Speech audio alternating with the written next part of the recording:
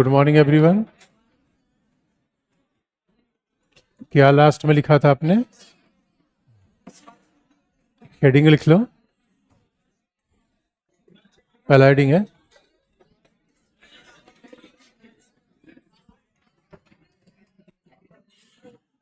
पश्चिम Asia में।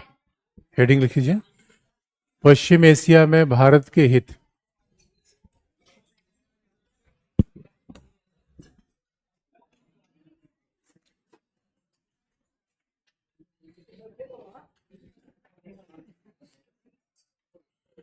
पश्चिम Asia में भारत के हित।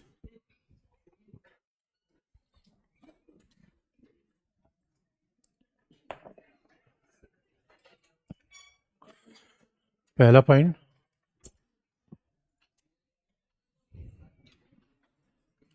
पश्चिम एशिया में भारत के हित। पहला पॉइंट, भारत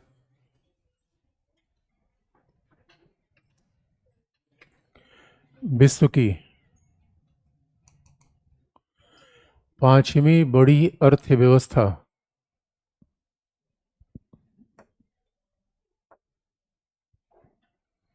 भारत विश्व की पांचवी बड़ी अर्थव्यवस्था बन चुका है।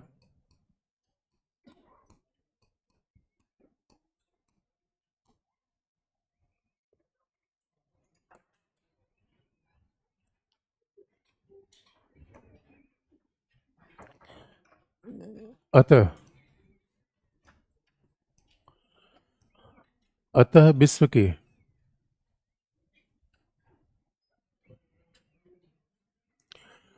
अतः विश्व के तीसरे सबसे बड़े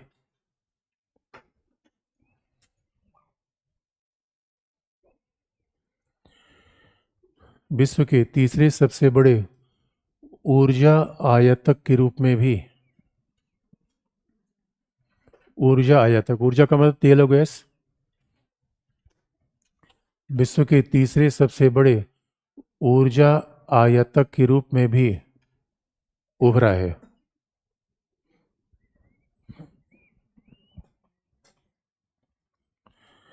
विश्व के तीसरे सबसे बड़े ऊर्जा आयातक के रूप में भी उभरा है और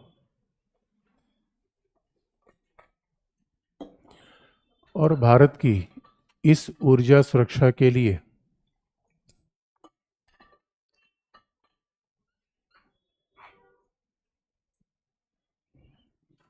भारत की इस ऊर्जा सुरक्षा के लिए पश्चिमी एशियाई देश सहायक हैं।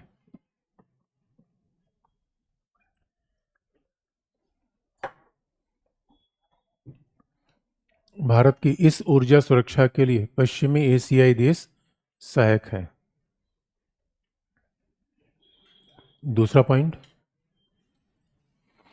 यानी पश्चिम एशिया किन देशों से ऊर्जा का आयात अभी हम कर रहे हैं? Saudi Arab, Iraq, Kuwait, Qatar, Oman, Bahrain, ये सब हमारे बड़े ही पार्टनर हैं जो हमें तेल और गैस की आपूर्ति करते हैं। तो भारत के लिए आज भी तेल और गैस की आपूर्ति करने वाले सबसे बड़े देशों में कौन है? यही देश है, यही देश है। अगला क्या लिखा आपने?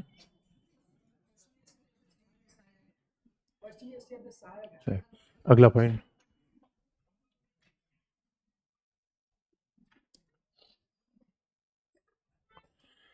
पश्चिमी एशियाई देश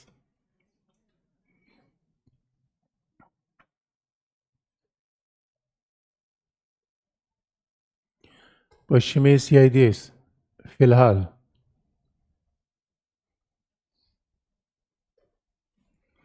पश्चिमी एशियाई देश फिलहाल भारत में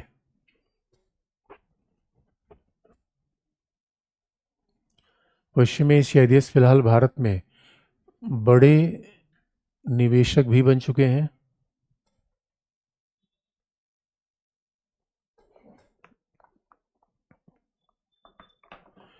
बड़े निवेशक भी बन चुके हैं और विशेष रूप में संयुक्त अरब अमीरात,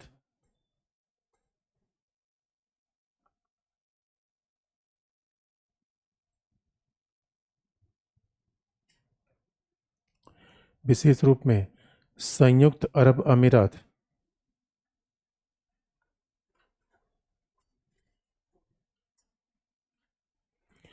संयुक्त अरब अमीरात के द्वारा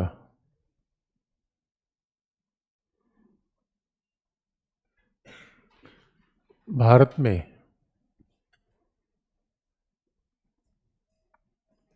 संयुक्त अरब अमीरात के द्वारा भारत में निवेश किया जा रहा है।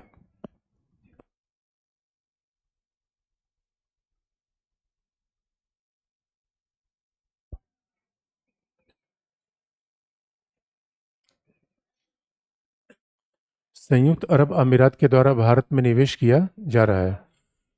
और पश्चिम एशिया में सऊदी अरब, यूएई, पश्चिम एशिया में सऊदी अरब, यूएई, कुवैत,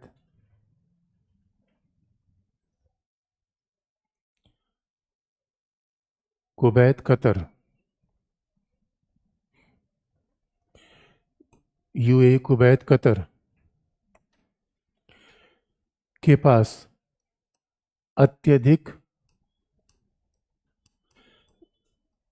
नकदी मुद्रा है।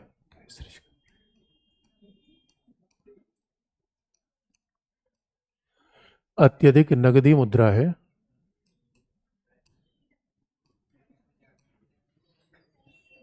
या इसको देवनागरी लिपि में कैसे लिख सकते हैं? Cash rich countries. ये इसी बात को, और नकदी मुद्रा को लिख दीजिए कैश रिच कंट्रीज। या इसी बात को ऐसे लिख सकते हैं कि सॉवरेन वेल्थ।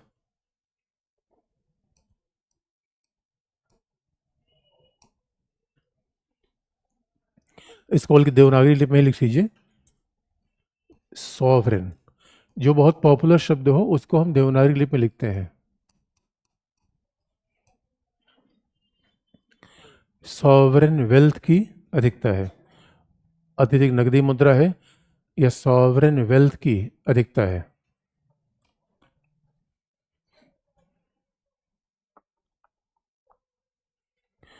यह सॉवरेन वेल्थ की अधिकता है।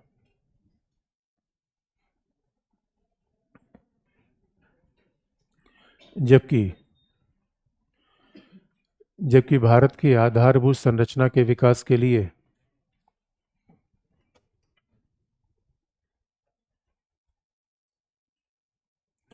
जबकि भारत की आधारभूत संरचना के विकास के लिए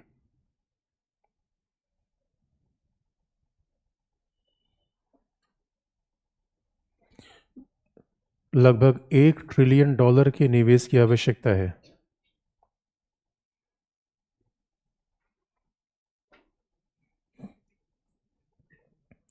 आधारभूत संरचना के विकास के लगभग $1 ट्रिलियन की निवेश की आवश्यकता है।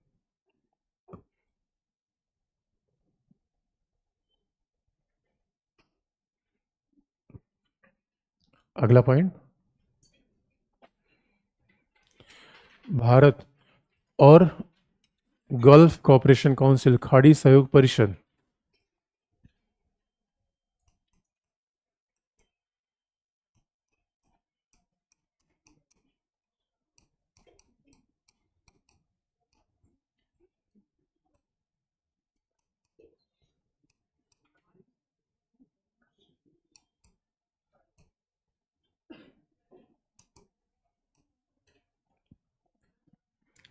भारत और खाड़ी सहयोग परिषद, गल्फ कॉपरेशन काउंसिल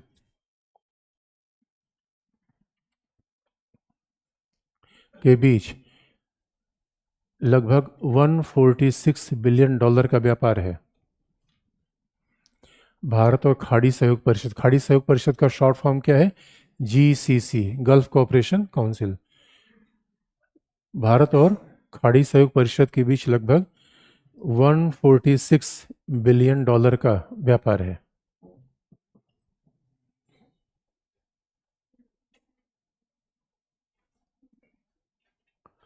$146 बिलियन का व्यापार है। अगला पॉइंट,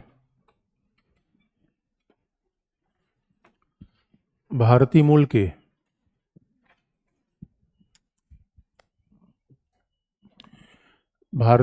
के लगभग 90 लाख लोग, जिसे ब्रैकेट में क्या कहते हैं? डायस्पोरा। भारतीय मूल के लगभग 90 लाख लोग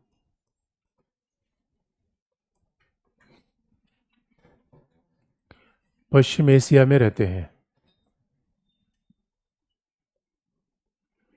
भारतीय मूल के लगभग 90 लाख लोग पश्चिम एशिया में रहते हैं,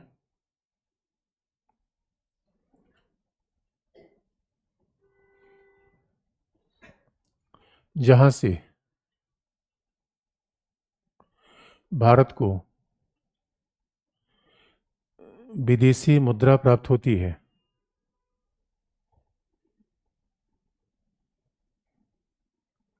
जहां से भारत को विदेशी मुद्रा प्राप्त होती है।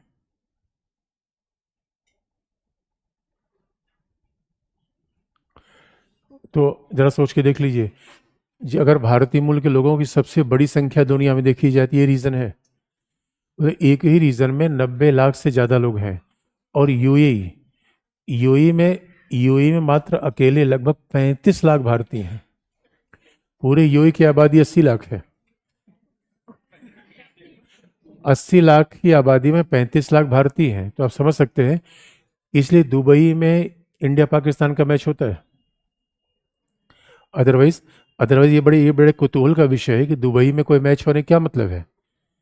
न तो दुबई वहां खेल रहा है, लेकिन उसके बावजूद भी मैच होते हैं, क्योंकि भारतीय मूल के डायस्पोरा बहुत बड़ी संख्या में वहां पे है। आप जरा सोच के देखिए, अगर और उसके साथ साथ लास्ट में लिख लीजिए,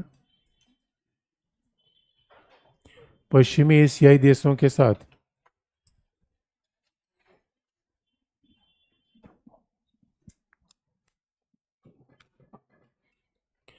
पश्चिमी एशियाई देशों के साथ भारत का सभ्यतागत संबंध है, सिविलाइजेशनल पार्टनरशिप है।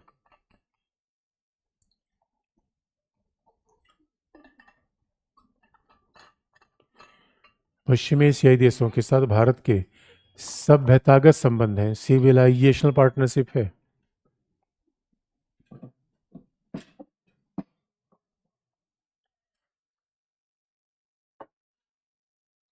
क्योंकि मक्का मदीना में पश्चिमी एशियाई देशों के साथ भारत के सभ्यतागत संबंध है, क्योंकि मक्का मदीना में बड़ी संख्या में भारतीय जाते हैं।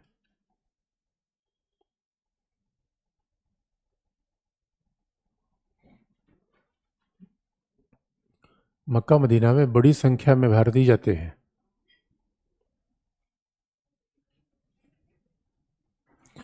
तो अब जरा सोच के देख लीजिए, पश्चिम एशिया में कोई भी अस्थायित्व होगा तो भारत प्रभावित होगा, नहीं होगा। और सबसे बड़ी बात है, अगला पॉइंट अब लिख लीजिए, लास्ट पॉइंट,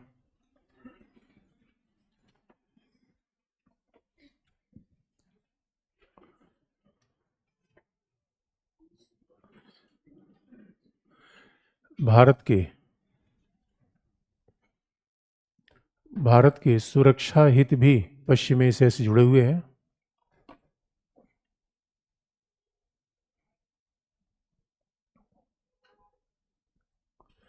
भारत के सुरक्षा हित भी पश्चिम एशिया से जुड़े हुए हैं।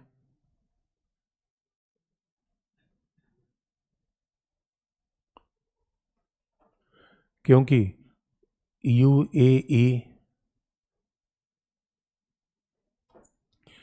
यूएई सऊदी अरब के साथ मनी लॉन्ड्रिंग, समुद्री सुरक्षा, यूएई और सऊदी अरब के साथ मनी लॉन्ड्रिंग, समुद्री सुरक्षा,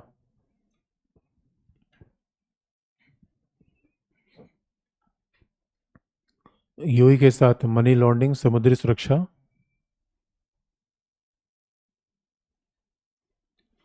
और आतंकवाद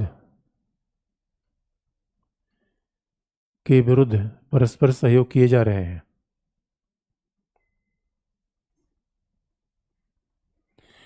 आतंकवाद के विरुद्ध परस्पर सहयोग किए जा रहे हैं।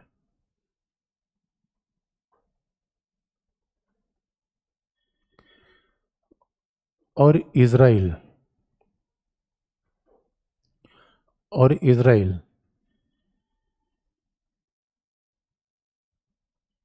और इजराइल भारत के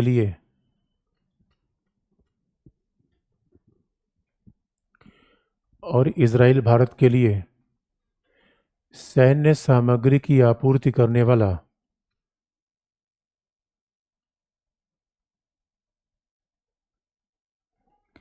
इजराइल भारत के लिए सैन्य सामग्री की आपूर्ति करने वाला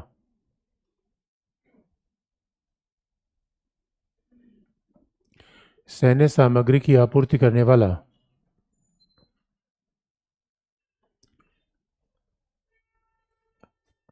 एक बड़ा देश बन गया है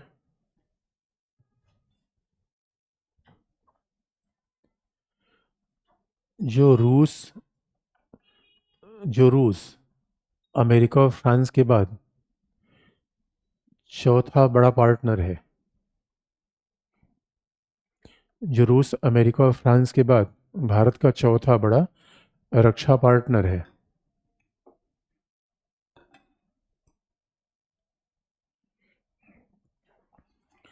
भारत का चौथा बड़ा रक्षा पार्टनर है।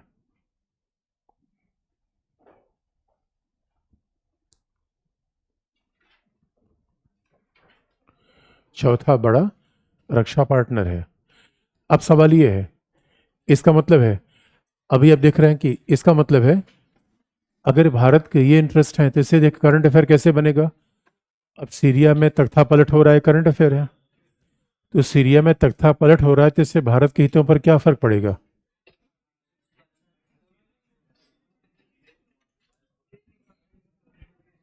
तो आप याद रखिएगा, अगर सीरिया में तख्ता पलट हो रहा है तो यही तो करंट अफेयर की बात है। इसलिए आईआर में चीज़ें बड़ा बड़ा मतलब रातों रात कई चीज़ें चेंज, घटना है तो रातों रात चेंज हो जाती हैं। कि पता चला अभी जब हमने पश्चिम एशिया शुरू किया तो सब कुछ ठीक था, जैसे पश्चिम एशिया खत्म किया तख्ता पलट हो गया। पर खत्म क्या किया, शुरुआत ही तो किया अभी। इसलिए सीरिया में इस घटना का प्रभाव क्या हो सकता है, गेस करिए। यानी जो पश्चिम एशिया में हमारे हित हैं वही रहेंगे, 10 साल बाद बदल जाएंगे क्या। 10 साल बाद मतलब पश्चिम एशिया में हमारे हित बदल जाएंगे।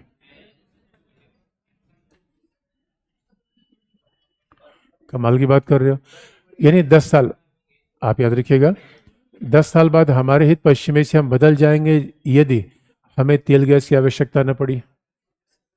तो नहीं पड़ेगी। पश्चिम एशिया में हमारे हित बदल जाएंगे, भारतीय मुल्क लोग वहां से भाग आएंगे। आतंकवाद की समस्या हमारे लिए खत्म हो जाएगी। तो सवाल ये है, जब हमारी चैलेंजेस खत्म नहीं हुए तो पश्चिम एशिया का महत्व हमारे लिए खत्म कैसे होगा। इसका सीधा मतलब है, और भारत अगर एक महाशक्ति है, सस्ती दवाइयों को बेचता है। अभी अगर यूएई में पहली बार भारत का आईआईटी का भारत के बाहर कैंपस यूएई में स्थापित हुआ और जंजीबार में स्थापित हुआ। आप याद रखिएगा, इसलिए हमारा पश्चिम एशिया में बड़ा महत्वपूर्ण संबंध है। इन संबंधों में मैंने ये नहीं बताया पाकिस्तान कश्मीर के लिए। अरे भाई, जब सहयोग बढ़ेंगे तो ये सारे देश पाकिस्तान को सपोर्ट करेंगे, इंडिया को। कश्मीर के मुद्दे पर भारत के विरोध में जाने की संभावनाएं कम होगी। अब फिर वही मुद्दा आ गया, सीरिया में समस्या आई तो सीरिया में समस्या से हमारे हितों पर क्या फर्क पड़ेगा।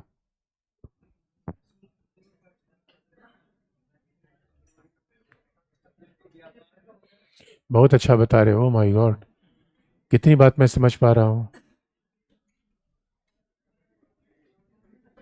तो आप याद रखिएगा, अब आप जरा सोच के देखिए, पश्चिम एशिया में सीरिया में पिछले 10 साल से 2011 के बाद से सिविल वॉर चल रहा था। अब यहाँ की समस्याएं हैं, पश्चिम एशिया में अलग अलग किस्म की समस्या, निर्याती संघर्ष। हमने पहले बताया था, पश्चिम एशिया कोई समस्या आपको लिखना हो, 3 ही फैक्टर हैं, निर्याती संघर्ष, क्षेत्रीय शक्ति संतुलन और महाशक्तियों के बीच का संघर्ष। ये 3 मेजर इश्यूज आते हैं जो बार बार हमारा पश्चिम एशिया से टकराव पैदा करते रहते हैं। अब इन 3 मेजर इश्यूज में अगर आप बात करें, इन 3 मेजर इश्यूज के कंपैरिजन में अगर आप बात करें तो पश्चिम एशिया में सीरिया में भारतीय मूल के लोग बड़ी संख्या में नहीं है। भारतीय मूल के लोग बड़ी संख्या में, सिविल वॉर पहले चल रहा है, व्यापार हमारा बहुत कम है, न के बराबर है, तेल गैस वहाँ से हमारा कोई मामला है नहीं, और मक्का मदीना वहाँ स्वाभाविक रूप में नहीं है। एक ही मामला है जो सीरिया में, खास तौर पे सीरिया में असद की सरकार, और आप देख लीजिए इस पूरे क्षेत्रीय संघर्ष से परिणाम कहाँ उत्पन्न हो रहा है? पश्चिम एशिया में जो आज सीरिया में हो रहा है। अब आपको तो लग रहा है कि तानाशाह हार गया, तो तानाशाह हारने का मतलब क्या है? वहां लोकतंत्र आ जाएगा क्या? नहीं आएगा। और इसराइल ने मिलकर, अमेरिका ने मिलकर ऐसा पूरे क्षेत्र को मॉडल कर रखा है, ये आप याद रखिएगा। हमारे बड़े सारे दोस्त पश्चिम एशिया से कई मामलों में इधर नए दोस्त बने हैं। हमारे आज की डेट में पश्चिम एशिया के साथ अच्छी बात किया है। ईरान भी हमारा दोस्त है, सऊदी अरब भी है, इसराइल भी है, लेकिन इनकी आपस में नहीं पड़ती। अब बताइए क्या करें? एक दोस्त कह रहा है दूसरी तरफ मत झांको, हमने कहा हर तरफ हम देखेंगे। एक दोस्त कह रहा है कि दूसरी तरफ झांकना बुरा है, क्योंकि दूसरी तरफ झांकोगे तो नहीं, हमारा हाथ छोड़ो। क्या किया जाए? क्या की जाए? सबका हाथ पकड़ के रखे हैं, यानी जिसने हमारा हाथ पकड़ा है वो मूर्ख है, तुम्हें होशियार हो। मतलब इतना होशियार बच्चा जवाब दे रहा है, यानी दुनिया में केवल आप ही होशियार हो, दूसरे भी होशियार हैं। सबका हाथ पकड़ के रखोगे? इतनी आसान बात तो नहीं कि सबका हाथ पकड़ के रखोगे। इसलिए मेरे बच्चों याद रखना, हमारे दोस्त थे पश्चिम एशिया में गद्दाफी। गद्दाफी लीबिया के राष्ट्रपति थे। एक खास बात थी, याद रखिए, दुनिया में तानाशाही आना एक अलग बात है, लोकतंत्र होना एक अलग बात है, सेकुलर शासन होना अलग बात है। सीरिया में सेकुलर शासन था, गद्दाफी उखाड़ फेंक दिया गया, वहां भी धार्मिक शासन आ गया। उसके बाद हमारा दोस्त था सद्दाम हुसैन। सद्दाम हुसैन हमारे बड़े दोस्त थे। सद्दाम हुसैन भी सेकुलर शासन अपनाते थे। पश्चिम एशिया में या पूरी दुनिया में सेकुलर शासन कहीं ना कहीं यूरोप की देन है। यूरोपियन आके सेकुलर शासन अपना लिया, और अगर सेकुलर शासन अपनाया जाएगा, सेक्टेरियन वायलेंस, निर्जातीय संघर्ष कम होंगे। सद्दाम हुसैन हमारे दोस्त थे। देखिए गद्दाफी साहब की बात मैं क्या बताऊं, मेरे दोस्त इतने अच्छे हमारे दोस्त थे, समाजवादी आदमी थे। जब भी किसी अंतर्राष्ट्रीय मीटिंग में जाते थे, जमीन पे सोते थे, और होटल में नहीं रुकते थे, टेंट लगा के जमीन। अगर कोई अब भारत में आते थे, होटल ताज, भाई विदेशी मेहमान के लिए ऐसे होटल दिए जाते हैं, अपनी रसोई तो दी नहीं जाएगी। या कोई वजीराबाद का होटल दे दिया कि गद्दाफी साहब रह लो, यमुना के नज़ारे देखो, वो तो मिलेगा नहीं। इसलिए जब उनको कोई होटल दिया जाता था तो वो होटल में नहीं रहते थे, वहीं पे टेंट लगा के जमीन में रहते थे। अब ये सभी सिंबॉलिक पॉलिटिक्स थी।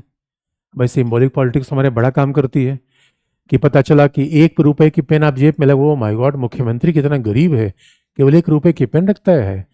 दीदी कितनी गरीब है, केवल हवाई चप्पल पहनती है। ओ माय गॉड, ये दुनिया में पॉलिटिक्स सारी जगह चलती है। और गद्दाफी साहब, कई बार हम रिक्वेस्ट कर, गद्दाफी साहब ऊपर बड़े बैठे हो यार, ये नीचे जमीन पे क्यों बैठते हो? अगर समाजवादी आदमी होंगे, चलो भाई अब नहीं जा रहे हो, सिक्योरिटी एजेंसी के पसीने छूट जाते थे।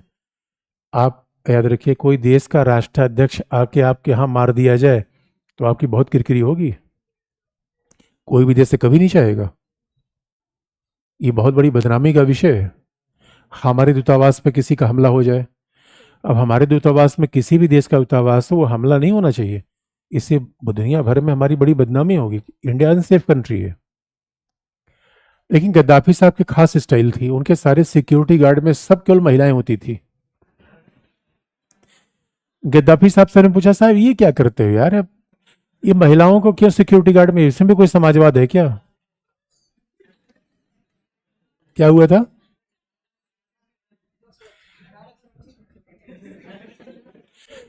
गद्दाफी साहब ने उसका जवाब दिया था, उन्होंने कहा था कि देखिए महिलाओं पर भरोसा मैं ज्यादा कर सकता हूं सिक्योरिटी गार्ड के मामले में। ये बात उनकी बिल्कुल सही थी।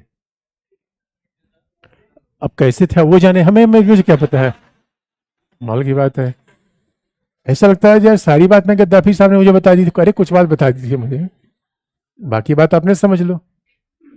और खास बात ये थी दोस्तों, हमारा दोस्त चला Gaddafi, Saddam Hussain, oh my God, क्या ये सब तानाशाह थे।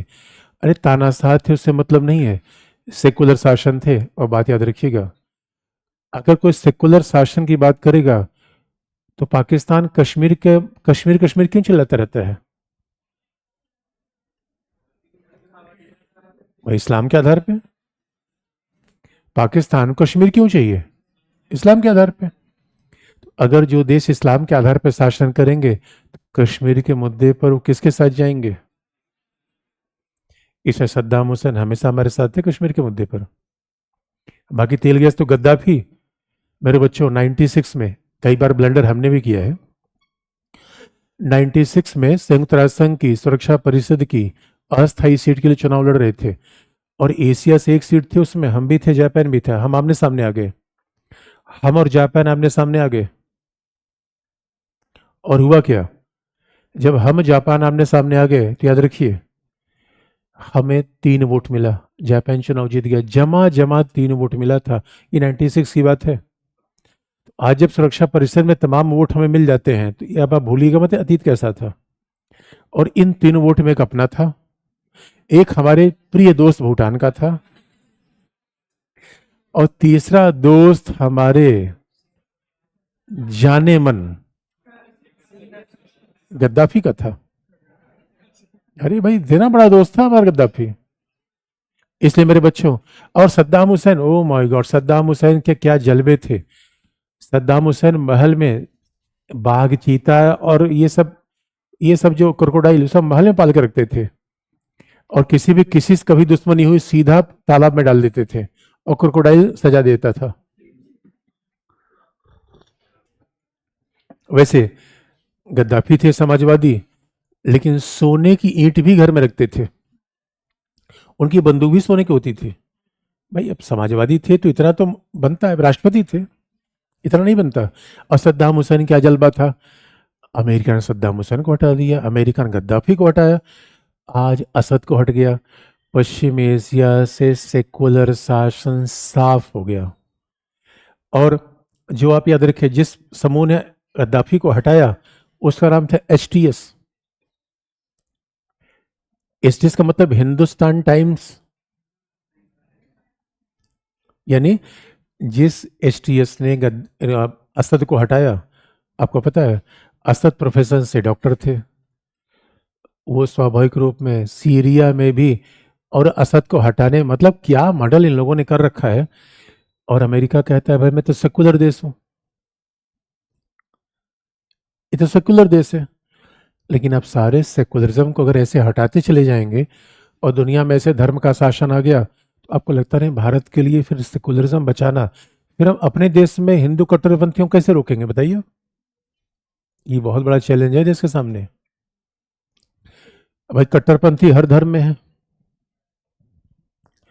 तो अब यहां भी लोग यही एग्जाम्पल देते हैं कि यहाँ शासन ऐसा धर्म का आ जाए। इसलिए हमारे लिए मेरे बच्चों ये वैचारिक समस्या है। अरे पूरे क्षेत्र में ही धर्म के आधार पर शासन होता चला जाएगा तो हमारे लिए वैचारिक समस्या लगातार रहती है और पाकिस्तान के लिए फायदे होते हैं। और आप जानते हैं जब ये सब संगठन एक साथ काम करते हैं तो अब सवाल है कि 90 लाख भारतीय मूल के लोग वहाँ पे हैं। और अगर कोई ऐसा संगठन बन रहा है धर्म के आधार पर काम करेगा तो भारतीयों की भर्ती नहीं करेगा, उसमें भारतीयों को लेने का प्रयास करेगा। इसे आप याद रखिएगा। सऊदी अरेबिया कैसा देश है हमारा, अभी तो दोस्त हमारा बन गया है। सऊदी अरेबिया में भी बाकायदा धार्मिक कट्टरता बहुत जबरदस्त किस्म की है। अब सवाल ये है कि कैसे पश्चिम एशिया धर्म की तरफ आगे बढ़ा। एक जमाना था मिस्र सेकुलर शासन अपनाता था, वहां मामला गड़बड़ा गया। टर्की एक सिंबल था। अब पूरे पश्चिम एशिया के इतिहास को आप जाके देखेंगे तो मिस्र के हसन अल बाना ब्रदरहुड मूवमेंट की नींव जिन्होंने रखी थी। और ब्रदरहुड का मतलब था, वो कहा करते थे सारे इस्लाम को मानने वाले आपस में भाई हैं, इसलिए इस्लाम के धर्म के आधार पर शासन होना चाहिए। ये बात पहली बार मिस्र ने कही थी। इसका सबसे बड़ा विरोध कमाल पाशा ने किया था, टर्की के। कमाल पाशा ने कहा नहीं, धर्म निजी जीवन में होना चाहिए, सार्वजनिक जीवन में हम पंथ निरपेक्ष सिद्धांतों से शासन करेंगे। टर्की में कमाल पाशा ने एक बेस रखा था, एर्डोगन ने आके वही ला दिया। टर्की में भी मामला, इसलिए आप देखेंगे टर्की का नाम बदलकर टर्की रखा गया। यानी आज की दुनिया में सांस्कृतिक राष्ट्रवाद बढ़ रहा है, धार्मिक कट्टरता बढ़ रही है। और दुनिया में धार्मिक कट्टरता बढ़ेगी तो वैचारिक प्रभाव हमारे ऊपर तक आएगा। इससे हर घटना प्रभावित करती है हमें। लेकिन अब ये बात अलग है कि अगर भारत एक महाशक्ति है तो यहाँ पे याद रखिए कोई भी संघर्ष होगा वो हमें प्रभावित करेगा। तो आप कहेंगे सर ये संघर्ष होता क्यों है, यहाँ इस पूरे क्षेत्र में संघर्ष क्यों होता है? उसके 3 ही कारण है, याद रखिएगा। मुझे कोई समस्या बताइए, ईरान इराक के बीच युद्ध, यमन सऊदी अरेबिया के बीच संघर्ष, सीरिया का संकट, कोई भी घटना हो, हमारे पास 3 कारण है। पेस्ट कर लीजिए उसी में। पश्चिम एशिया में कोई भी संघर्ष का मूल कारण कौन सा है?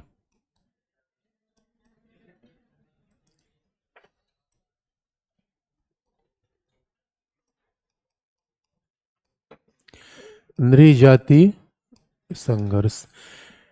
पश्चिम एशिया में कोई मूल कारण है, कोई भी, अब कोई भी एग्जाम्पल आप ले लीजिए। अब नृजाति संघर्ष किसका? सिया सुन्नी, सुन्नी कुर्द,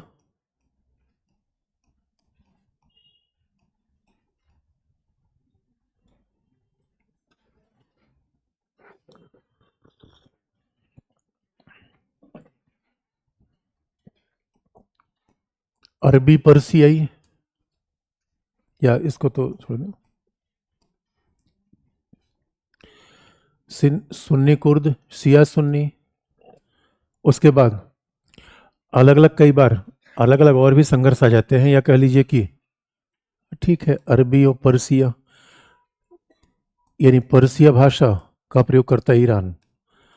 और इसलिए कई बार हम एक शब्द का प्रयोग अरबी राष्ट्रवाद, अरबिक राष्ट्रवाद का मतलब है वो पश्चिम एशिया और उत्तरी अफ्रीका के राज्य। इसे आप याद रखिए, पश्चिम एशिया को मिडिल ईस्ट कहा जाता है, यूरोप के लोग इसे क्या कहते हैं? Middle east. खाड़ी के देश भी कई बार कहते हैं, लेकिन पश्चिम एशिया के देशों को कहा जाता है वेस्ट एशिया, नॉर्थ अफ्रीका। देखिए मिस्र पश्चिम एशिया में है, लेकिन मिस्र तो अफ्रीका महाद्वीप में है। ट्यूनीशिया, ये पश्चिम एशिया माना जाता है, लेकिन है तो अफ्रीका महाद्वीप में। इसे उत्तरी अफ्रीका और पश्चिम एशिया के वो देश जो अरबी भाषा का प्रयोग करते हैं वो अरबी राष्ट्र कहलाते हैं। अरबी लैंग्वेज है, इस्लाम धर्म है। इसलिए आप याद रखिएगा, भारत ने शुरू से अरब राष्ट्रवाद का समर्थन किया था, इस्लाम का समर्थन भारत नहीं किया। इसका मतलब यह नहीं कि इस्लाम का भारत विरोधी है, लेकिन भारत ने सेकुलर राष्ट्रवाद का निर्माण किया। और अरबिक राष्ट्रवाद को ले जाने वाला सबसे पहला जो देश था वो कौन था? मिस्र। और बड़ी हैरानी की बात है, जब मिस्र अरबी राष्ट्रवाद को लेकर आगे बढ़ा तो अमेरिका ने उस समय सऊदी अरब का समर्थन किया था। अमेरिका ने सऊदी अरब का समर्थन किया मिस्र को पीछे करने के लिए। और मिस्र किस बात की लड़ाई लड़ रहा था? साम्राज्यवाद, उपनिवेशवाद का विरोध। अमेरिका ने सऊदी अरेबिया का प्रयोग करके स्वाभाविक रूप में मिस्र के इस दावे को खारिज कर दिया। इसलिए हमारी दोस्ती मिस्र के साथ थी। अब्दुल गमाल नासिर, हमारी दोस्ती मिस्र के साथ इसीलिए थी। तो अब जरा सोच के देखिए, भारत इसका कमाल का एग्जाम्पल है।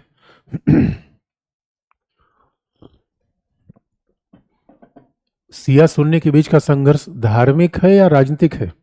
राजनीतिक। दुनिया में सारे अब संघर्ष आप देख लीजिए। इसलिए मेरे बच्चों, धर्म आगे बढ़ जाए तो जीवन की समस्या खत्म हो जाए, लेकिन धर्म का प्रयोग राजनीतिक जीवन के लिए कर देना, फिर ये भयंकर उसके परिणाम होंगे। क्योंकि जब सरकार और राज्य बनाएंगे तो आधुनिक स्तर पर होनी चाहिए, क्योंकि आपके नागरिक, इसलिए चाहे भारत हो चाहे कहीं भी हो, नागरिकों से कहीं भी आप जाति, धर्म, भाषा के आधार पर, अगर लिंग के आधार पर भेदभाव करते हैं, यह आधुनिकता है या दकियानूसी विचार है?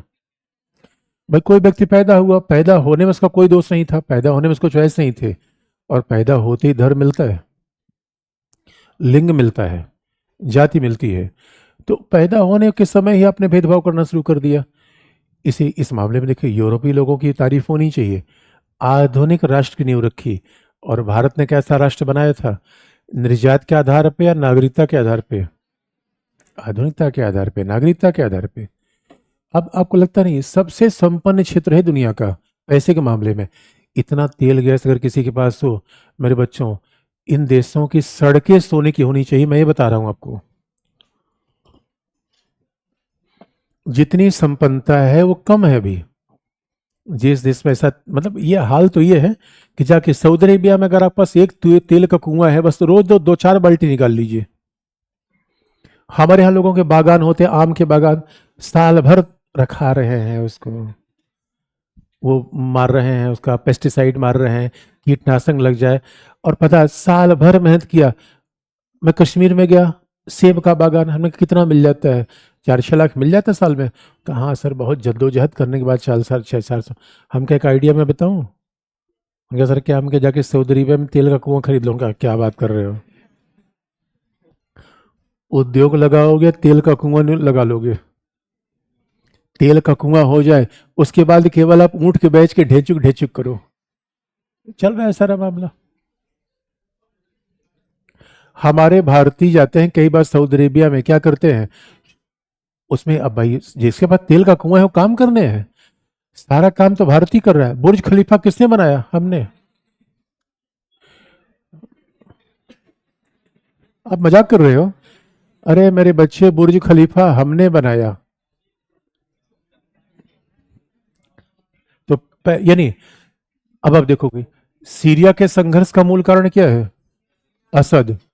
असद हैं, असद हैं सिया, अल्लावी समुदाय के।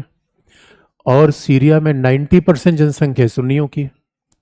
तो मेरे बच्चों, इस आधार पे तो भारत में मनमोहन सिंह कभी भारत के प्रधानमंत्री होते ही नहीं, और कलाम साहब तो भारत के राष्ट्रपति कभी नहीं होते, क्योंकि मुस्लिम की जनसंख्या तो अल्पमत में है। यही डेमोक्रेसी की बहुत बड़ी खूबी है। अरे इसका क्या मतलब होता है भाई, कोई बहुमत में हो गया, कोई धर्म जाति, और कोई अल्पमत में हो गया, तो अल्पमत में होने वाला कैसे, क्या घाटा है, क्या उसका खामी क्या है? अरे कोई व्यक्ति प्रतिभाशाली हो सकता है, कोई आगे बढ़ सकता है, लेकिन उनको हटा दिया गया। और आप याद रखिए, इन सुन्नी असद को हटाने में भूमिका आई सऊदी अरब की, भूमिका इसराइल की, भूमिका आई टर्की की, भूमिका आई अमेरिका की। ये क्यों हटाना चाहते थे असद को? क्योंकि, याद रखिए, क्योंकि असद असद पश्चिम एशिया में ईरान का अकेला इकलौता सबसे प्रभावी दोस्त बचा था। निशाना ईरान पर है या असद पर है? ईरान पर है, निशाना ईरान पर है। तो सऊदी अरेबिया भी नहीं चाहता ईरान प्रभावशाली हो, इसराइल भी नहीं चाहता ईरान प्रभावशाली हो। बड़ी इंटरेस्टिंग बात है। और सऊदी अरेबिया कहता है मैं इस्लाम का पूरी दुनिया में नेता। तो लोग कहते हैं, ये भाई ये बताओ, तुम तो इसराइल के साथ भी हो। सऊदी अरेबिया का लाहौल बला कुवत, कौन कह रहा है मैं इसराइल के साथ हूँ? मैं बिल्कुल नहीं हूँ। लेकिन छुपके छुपके, कई बार आदमी कंबल ओढ़ के घी पीता है।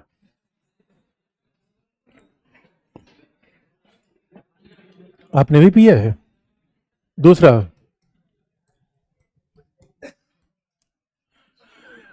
अब आप देखिए, आप सीरिया की सारी समस्या की व्याख्या 3 पॉइंट से कर लीजिए। आपको कोई भी समस्या हो पश्चिम एशिया में, क्या लगाना है? 3 पॉइंट। कोई भी बीमारी हो, खाज खुजली, उसमें कौन सा बाम है? क्या? अरे अरे मेरे बच्चों, यही तो स्मार्ट आदमी करता है। आपके लिए समस्या होगी, हमारे लिए, अब और हमारे लिए कोई करंट अफेयर होता ही नहीं है।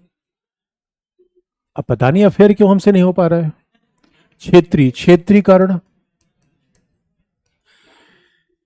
याद रखिए, इस समय मोहल्ले में 2 दबंग बचे हुए हैं, बाकी सब खल्लास हो गए हैं। बाकी सब जमीन में ऐसे गांव के मुकदमेबाज हैं, मुकदमा लड़ते लड़ते बर्बाद हो गए। जितनी जमीन लेने गए थे उससे ज्यादा बेच के चले आए। इसमें 2 दबंग जो बचे हुए हैं, ईरान। दूसरा,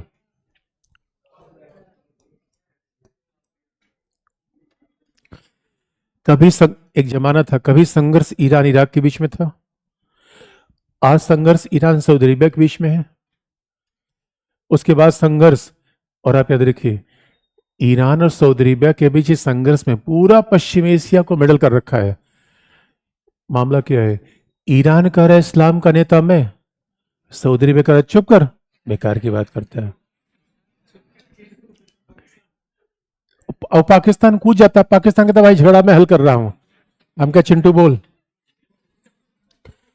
पाकिस्तान ने कहा रे भाई इस्लाम का नेता मैं। सऊदी अरेबिया ने कहा याद रखना मैं अठन्नी दूंगा नहीं। इसलिए पाकिस्तान ने कहा भाई ऐसा करते नेतागिरी बांट लेते हैं, परमाणु बम का नेता मैं, पैसे का नेता तुम। कमल की बात है। इसलिए आप देखोगे पाकिस्तान के कारण ओआईसी बना, organisation of Islamic conference. Pakistan गया 1969 में। आपको पता है पाकिस्तान ने ओआईसी केवल इसलिए बनवाया था कश्मीर का विरोध से करना था। इतना खुराफाती राज्य है पड़ोसी हमारा। हमारे चक्कर में 54 राज्यों को मिला दिया, 57, अभी 57 हो गए हैं। पाकिस्तान खोज खोज गया। हमने कहा भाई ये बताओ पाकिस्तान संयुक्त राष्ट्र संघ पहले से काम कर रहा है, ये ऑर्गेनाइजेशन ऑफ इस्लामिक कॉन्फ्रेंस क्या है, जीसीसी है, गल्फ कोऑपरेशन काउंसिल है, ये तुम ओआईसी क्यों बनवा रहे हो। कहा ना भाई इस्लामी एकता की बात है, इस्लामी संगठन नहीं होना चाहिए दुनिया में, ये होना चाहिए, और इस्लामी संगठन होगा तभी तो हमें कश्मीर मिलेगा। ओआईसी में आज तक क्या हुआ है तो किसी को नहीं पता है, लेकिन एक बात जो रेगुलर उठाया गया उसका नाम क्या है, कश्मीर। ये रेगुलर उठाया गया। इसलिए अब आप देखिए क्या, अगर ईरान सऊदी अरेबिया के बीच झगड़ा है इसका कारण फिर जुड़ जाए। अच्छा क्षेत्रीकरण से निर्याती जुड़ेगा नहीं जुड़ेगा, जुड़ जाएगा। ईरान में 90% शिया पॉपुलेशन है। और एक बड़ी बड़ी इंटरेस्टिंग आपको इतिहास क्रम बता दें, इससे पश्चिमी से पूरी घटनाक्रम बार आपको स्पष्ट हो जाएगा। फिर हम कोई भी आप देखें 4 पॉइंट में आप उसको एनालिसिस कर लीजिए। मामला ये है, देखिए सऊदी अरेबिया हमारे यहाँ खास बात है भाई, कोई धर्म दुनिया में यूनिफाइड नहीं रहा है, और सांप्रदायिक लोग कई बार ये प्रोजेक्ट करते हैं कि हर धर्म एक धर्म में कोई विभाजन, धर्म के अंदर कोई विभाजन ही नहीं है। हकीकत की बात यह है भारत में हर धर्म के अंदर बड़े विभाजन है, और मानव का स्वभाव है, समाज की विविधता है, तो हर धर्म के अनेक ग्रुप हुए। इस्लाम में भी अनेक शाखाएं रही हैं। आप देखेंगे पूरे दक्षिण एशिया में हमेशा सूफीज्म रहा है आधार। इस्लाम के 2 आधार, एक सैलफी सलाफी, बहाबी, जो सऊदी अरेबिया ने आगे बढ़ाया था। भाई सऊदी अरेबिया में मक्का था, मदीना था, तो उसने स्वाभाविक रूप इस्लाम का नेता बन गया। तो सऊदी अरेबिया ने इस्लाम का जो तरीका अपनाया था वो बड़ा स्ट्रिक्ट था। देखिए हर दुनिया में हर संघर्ष, महायान भी, महायान और हीनयान, जो धर्म को लेकर बहुत कट्टरपंथी होते हैं सच मानिए धर्म के भी दुश्मन होते हैं।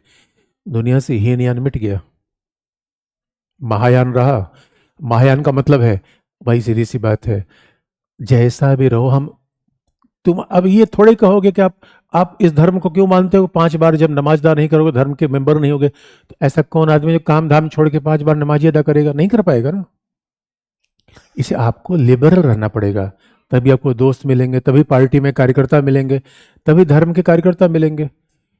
अब सवाल है, अब सऊदी अरेबिया ने स्ट्रिक्ट पॉलिसी अपना ली। अब आप जानते हैं पूरी दुनिया में महिलाओं के अधिकार के मामले बढ़ रहे हैं। अब ईरान में और तो हुआ क्या, तो सऊदी अरेबिया ने क्या किया, स्ट्रिक्ट तरीके से धर्म की पॉलिसी अपनाई। अब धर्म की पॉलिसी 62 में अपना लेंगे तो पहला उदारवादी लोग आपसे जुड़ नहीं पाएंगे पहला, और उसके बाद फिर क्या होगा, आप पहनावे ड्रेस कोड लागू करेंगे, तो ड्रेस कोड वगैरह तो महिलाओं के बिल्कुल खिलाफ जाता है। अब आप मुझे ये कह देंगे कि हिंदू धर्म मानने का मतलब है कि दाढ़ी रखो, बाबा रखो, कंठी पहन कर आओ, तो मैं पढ़ा पाऊंगा फिर। बच्चे आते कहेंगे जय हो जय श्री राम बाबा, बताओ। और सुशील बाबा बनना चाहता था, मैंने इसको ठीक कर दिया अभी इसको। मेरे बच्चों अब जरा सोच के देखो, अगर अब जरा देख लो, इसे किसी कट्टरपंथी से पूछा जाए कि क्या शाहरुख खान इस्लाम धर्म को मानते हो, कि बिल्कुल नहीं मानते, कोई दाढ़ी नहीं रखते, ये नहीं करते। अब शाहरुख खान दिन भर शूटिंग करेंगे या दिन भर नमाज अदा करेंगे, शूटिंग करेंगे ना। अरे मेरे दोस्तों, वर्क इज वर्शिप, इसे यकीन मानना। कई बार हमारी क्लास में बच्चे, कई बार हमारी क्लास में ऐसा बच्चे होते थे कि मैं फ्राइडे को नमाज अदा करने के लिए बच्चे जाते थे, मेरा बस चलता मैं इनको रोक देता, लेकिन मेरा बस नहीं चलता था, क्योंकि अंतःकरण का मामला, मैं किसी को कैसे रोक सकता हूँ। भाई कोई जाना चाहता है, लेकिन मेरी अपनी ओपिनियन है, अगर आप कोई काम बहुत ईमानदारी से काम कर रहे हैं तो धर्म से बड़ी पूजा तो वही है। बाकी सब चीज़ें ठीक है, आत्मिक शांति के लिए धर्म में जाना चाहिए। काम छोड़ के नहीं, काम के साथ। अब और जबकि हमारे यहाँ देखोगे सूफीज्म आया, सऊदी अरेबिया में वहाबिज्म था, यहाँ सूफीज्म। यहाँ पे क्या हुआ, इसलिए आप देखो कभी यहाँ स्ट्रिक्ट ड्रेस कोड नहीं हुआ, और यही ईरान में हाल था। अच्छा, प्रभाव हुआ था यूरोप, बिल्कुल ईरान से बिल्कुल यूरोप पास में था। और ईरान के बारे में कहा जाता है, अरे भाई लोग कहते हैं आर्य प्रजाति के लोग ईरान में थे। ईरान पश्चिम एशिया का वो देश है, जितने जितने प्रतिभाशाली लोग ईरान में रहे हैं, जितने प्रभावशाली पढ़े लिखे लोग ईरान में थे, लेकिन कैसे गवर्नेंस देश को बर्बाद करता है उसका ईरान सबसे जीता जाता एग्जाम्पल है। लेबनान, ईरान, सब छाछ मार दिया इन लोगों ने। सऊदी अरेबिया अपने पोटेंशियल के अकॉर्डिंग डेवलप नहीं हो पाया। ईरान में भी, और ईरान में पहले शाह पहलवी की सरकार थी, और शाह पहलवी की अमेरिका से दोस्ती थी, और अमेरिका से दोस्ती थी तो अच्छे संबंध लेकर आगे बढ़ रहे थे। तब तक 79 में इस्लामिक क्रांति आ गई। अब जब से वहां पे आयतुल्लाह खोमेनी आए सऊदी अरेबिया से कॉम्पीट करने के कारण, क्योंकि आयतुल्लाह खोमेनी का इस्लाम के सच्चे रिप्रेजेंटेटिव हम हैं, तो अब उन्हें सऊदी अरेबिया से कॉम्पीट करना था। और सऊदी अरेबिया से कॉम्पीट करने के चक्कर में ईरान में ड्रेस कोड 79 के बाद लगा। आप याद रखिएगा, 79 के पहले ईरान की कोई फोटो आप देख लीजिए, पेपर में, न्यूज़पेपर में, आर्काइव्स में होगा, वो फोटो निकाल के आप देखिए, वहां पता चला जैसे सेंट्रल एशिया में आज भी आप जाएंगे, कोई जीन्स टी शर्ट पहन कर नमाज अदा कर रहा है, उसके लिए ड्रेस कोड है ही नहीं है, वो जैसे मर्जी है वैसे चला जा रहा है। ऐसा मामला ईरान में था। ईरान में बिल्कुल महिलाएं बाल खुले रखती थी, महिलाएं जीन्स पहनती थी, बिल्कुल यूरोपियन कल्चर थी, इस्लाम धर्म था, कल्चर यूरोपीय थी। और आज भी, अभी देखिए, अभी एक सर्वे हुआ है, महिसा अमीनी का मामला एक एग्जाम्पल नहीं है, अभी सर्वे हुआ है, और सर्वे में 77% महिलाओं ने कहा वो ड्रेस कोड के खिलाफ है। अरे मेरे दोस्तों, यूट्यूब का जमाना है, फेसबुक का जमाना है, और उसमें जब चेहरा नहीं दिखत ऐसे करके सेल्फी कैसे लोगे? सेल्फी ले पाओगे?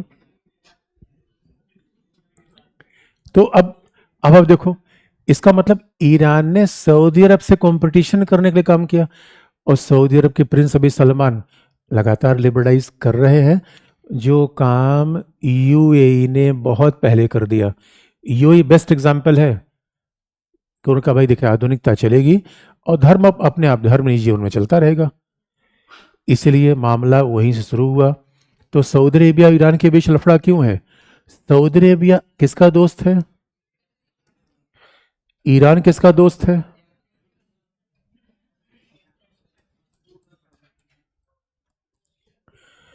तो महाशक्तियों की पॉलिटिक्स यहां पर आ गई, और ईरान इसका मतलब है, ईरान दुश्मन किसका है? सऊदी अरेबिया का। अभी चीन ने मेल मिलाप करने का प्रयास किया, इतना मामला आसान नहीं है। इसलिए ईरान, और ईरान ईरान चूंकि है कि इस्लामी है, ईरान कहता है मैं इस्लामी, मैं इस्लामी, इस बात को आगे बढ़ाने के लिए ईरान इजराइल के खिलाफ काम करता है। ईरान कभी ये नहीं कहता उसका सऊदी अरेबिया झगड़ा है, ईरान कभी कहता नहीं, लेकिन झगड़ा है उसका द्वीप को लेकर, प्रभुत्व को लेकर। लेकिन ईरान सऊदी अरेबिया के साथ ही कहता है, ईरान कहता है कि मैं सऊदी अरेबिया का विनाश कर दूंगा। तो ईरान से पूछा कि भाई तुम्हारा क्या लफड़ा इसराइल के साथ है? कभी इसराइल इस्लामी देशों के खिलाफ है, मैं इसको नेस्त नाबूद कर दूंगा। मामला इसराइल का है या अमेरिका का है? अमेरिका का है। मामला मामला इसराइल का नहीं है, ईरान के क्षेत्रीय प्रभुत्व स्थापित करने का है। तो भाई जब तक आप क्षेत्रीय प्रभुत्व तभी स्थापित करेंगे जब किसी को टारगेट करेंगे। इसलिए ऐसा ईरान ने कर दिया है कि ईरान यहां कर क्या रहा है, ऊपर वाली बात मिटा दूं मैं।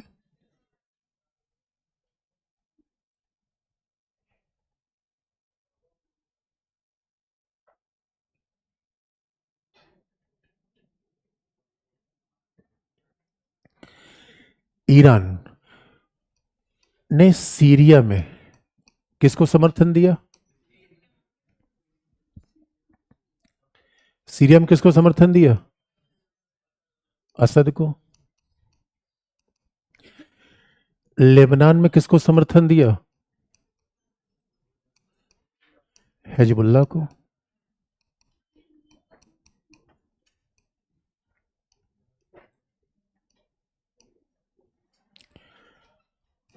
फिलिस्तीन में किसको समर्थन दिया? हमास को। ये कहा जाता है ये सब ईरान के प्रॉक्सी हैं, यानी जिनको ईरान सपोर्ट करता है और वो लुक छिप कर लड़ते हैं। इराक में भी उसके प्रॉक्सीज हैं, और ईरान का अगला जो प्रॉक्सी है यमन, यमन में हौथियों को समर्थन देता है, हाथियों को नहीं, हौथियों को। हौथी भी अपने आप में सिया समुदाय के हैं। अब जरा सोच के देखिए ईरान ने कैसे प्रॉक्सीज को डेवलप कर रखा है।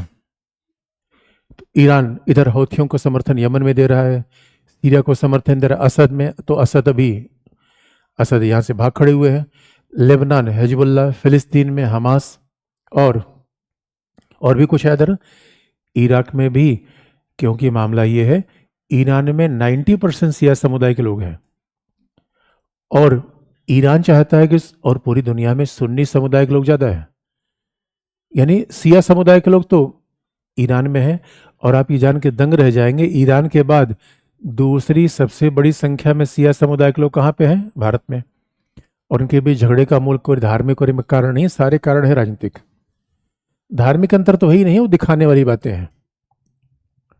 अब आप जरा सोच के देखिए, ईरान इतने सारे संगठन को स्पॉन्सर कर रहा है, तो बात सीधी सीधी सी है, आप यहां पढ़ने आए हैं, गैंग बनाने आए हैं,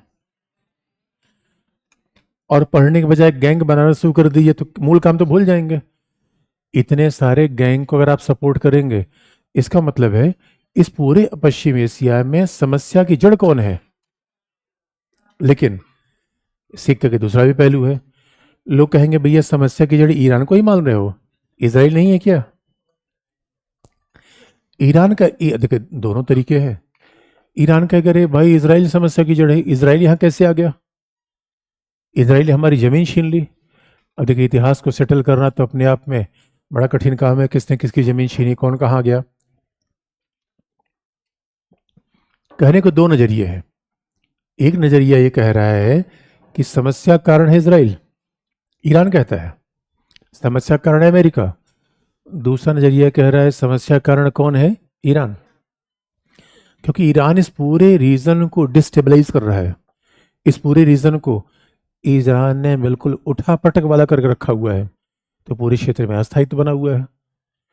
और उसका पर्पज क्या है? इन सब मामलों में टारगेट किसको करता है?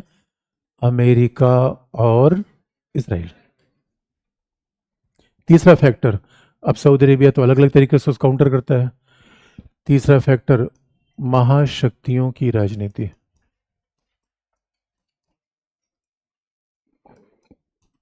महाशक्तियों के हित। याद रखिए आज तो रूस उतना बड़ा फैक्टर नहीं रहा है, आज मामला किसका बन गया है? अमेरिका और चीन। अमेरिका और चीन के बीच ताइवान संघर्ष पहले चल रहा है। अगर चाइना ये चाहता है कि ताइवान को बहुत आसानी से ले ले, अमेरिका को कहाँ उलझा के रखना चाहेगा? पश्चिम एशिया में। तो अब सवाल है कि इस पूरे घटनाक्रम के पीछे वाकई ईरान समस्या है या समस्या है इसराइल? भारत ऐसी बात नहीं करता। भारत कहता भाई हमें क्या मतलब, हमें तो अपने संबंध से मतलब है। अब महाशक्तियों की तीनों घटनाएं एक साथ जुड़ जाती हैं। सीरिया की बात समझ लीजिए, चाइना और रसिया ये चाहते थे असद शासन में रहे, क्योंकि चाइना और रसिया, आप याद रखिएगा, जो आतंकवादी संगठन, क्योंकि पहली बार असद को उखाड़ फेंकने का प्रयास किया गया 2011 में, और 2011 में वो घटना थी जिसे हम अरब स्प्रिंग के नाम से जानते हैं। हिंदी में कहा जाता है चमेली क्रांति। अरब स्प्रिंग, अरब स्प्रिंग में ट्यूनीशिया में सत्ता बदली। अरब स्प्रिंग एक बड़ा मूवमेंट था, 2011 की बात हो गई, बात पीछे चली गई। 2011 में एक बड़ा मूवमेंट हुआ था जिसमें ये नारा दिया गया था पश्चिम एशियाई देश लोकतांत्रिक होने चाहिए। शुरुआत हुई थी ट्यूनीशिया से। मामला है मिस्र में, ट्यूनीशिया मिस्र दोनों जगह सरकार बदल गई, लेकिन फिर मिस्र में वही हाल हो गया, फिर से तानाशाह आ गया मिस्र में। तो इतना लोकतंत्र लगा देना इतना आसान है नहीं, और पूरे पश्चिम एशिया में डेमोक्रेसी है ही नहीं है, और इसलिए जात धर्म के मामले ज़्यादा आ जाते हैं। लेकिन उस समय सीरिया के शासन को डिस्टेबलाइज नहीं किया जा पाया, क्योंकि अगर पश्चिम एशिया में केवल अमेरिका का प्रभाव रहेगा तो सारे हथियार कौन बेचेगा? भाई रूस कौन सा हथियार बेचेगा? रूस का अपना इंटरेस्ट तो ही है। पहले अमेरिका यूरोप को पश्चिम एशिया से तेल और गैस भी लेना था। अब अमेरिका यूरोप पश्चिम एशिया से तेल गैस नहीं लेता, क्योंकि उसने एक तो ईवी का प्रयोग कर रखा है, दूसरा वो रसिया से तेल ले रहा है, गैस वहां से ले रहा है। अमेरिका यूरोप ने क्या किया, धीरे धीरे ऐसी इंडस्ट्री का विकास किया, उन्होंने कोयले और तेल आधारित बिजली को खत्म कर दिया। अब सारा मामला गैस पे शिफ्ट कर लिया। इसलिए अमेरिका का इंटरेस्ट पश्चिम एशिया में अलग किस्म का है, व्यापार और हथियार बेचना। अमेरिका का इंटरेस्ट क्या है? अपने सहयोगियों को प्रोटेक्ट करना, क्योंकि महाशक्ति के नाते तो आपके पास नेट सिक्योरिटी प्रोवाइड देने की भूमिका होनी चाहिए। और जबकि रसिया चाहता है उसके हथियार बिचे, और नया प्लेयर चाइना भी तो है, चाइना भी चाहता है उसके हथियारों का एक्सपोर्ट इन क्षेत्रों में हो। इसलिए चाइना और रसिया सीरिया के बाकायदा समर्थन में आ रहे थे। लेकिन सीरिया भी डिस्टेबलाइज हो गया, इराक डिस्टेबलाइज हुआ, 2003 के बाद से आज तक स्थायी नहीं हो पाया, आतंकवाद के चक्कर में पड़ा हुआ है। और आपको हम बता दें, इन सारे डिस्टेबलाइजेशन के पीछे अलकायदा का निर्माण किया गया। अलकायदा बाकायदा सुन्नियों के द्वारा बनाया गया संगठन था।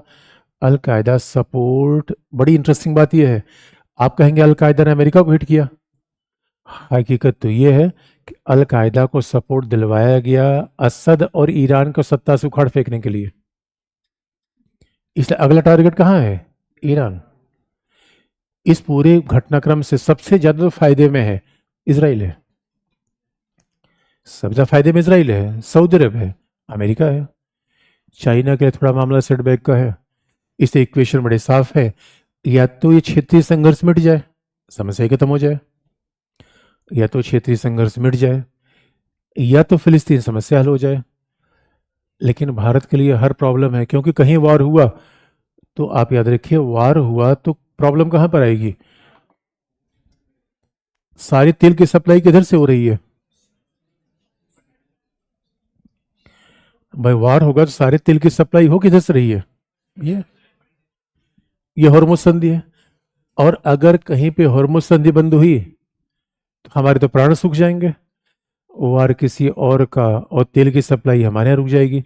हमारे यहाँ तेल की सप्लाई रुकना ही नहीं है, तेल की कीमत बढ़ जाए इतने में आफत आ जाती है। तेल की कीमत बढ़ने से सरकार चुनाव हार जाएगी। तेल की कीमत बढ़ने के साथ सब चीज की कीमत बढ़ेगी। इसलिए पश्चिम एशिया में होने वाली हर घटना में प्रभावित करती है। तो अब सवाल ये है, हम सबके साथ संबंध बनाएं कैसे? कारण यही तो है सारा। इसलिए आप देखेंगे फिलिस्तीनी भी संघर्ष का मूल कारण क्या है? ये। बाकी उसके बेसिक कारण मैं आपको बता दूंगा, कुछ बात आप लिख सकते हैं।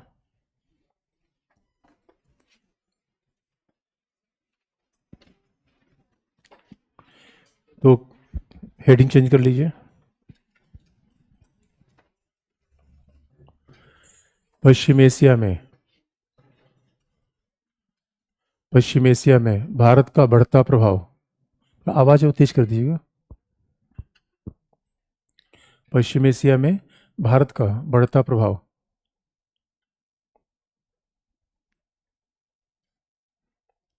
भारत का बढ़ता प्रभाव, पहला पॉइंट।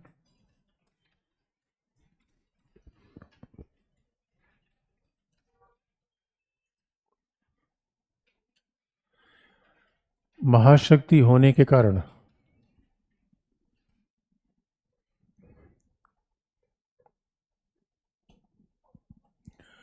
महाशक्ति होने के कारण भारत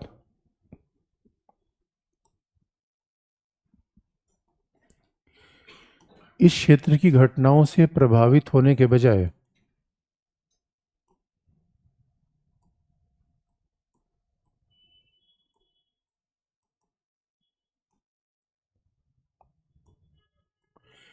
इस क्षेत्र से प्रभावित होने के बजाय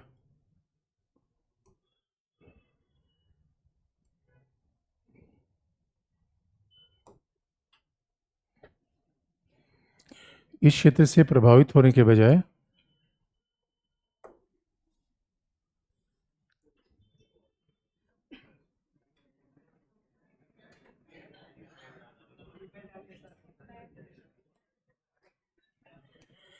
इस क्षेत्र से प्रभावित होने के बजाय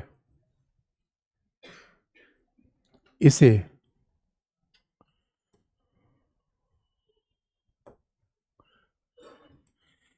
इसे प्रभावित करने का प्रयास कर रहा है।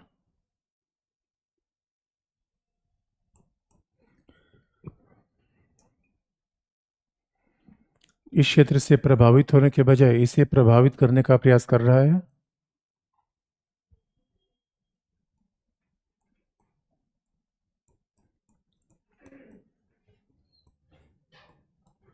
जिससे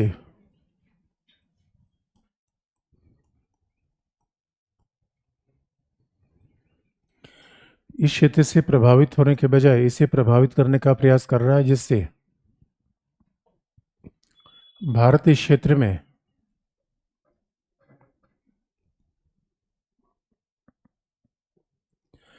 नेट सिक्योरिटी प्रोवाइडर की भूमिका का निर्वाह कर सके। नेट सिक्योरिटी प्रोवाइडर की भूमिका का निर्वाह कर सके।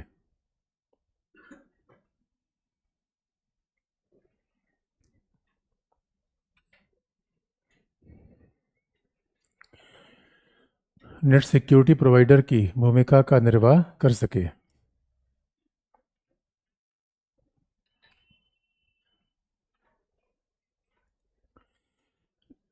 अगला पॉइंट है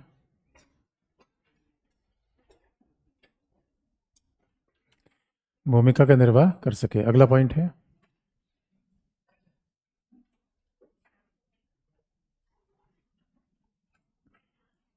भारत के द्वारा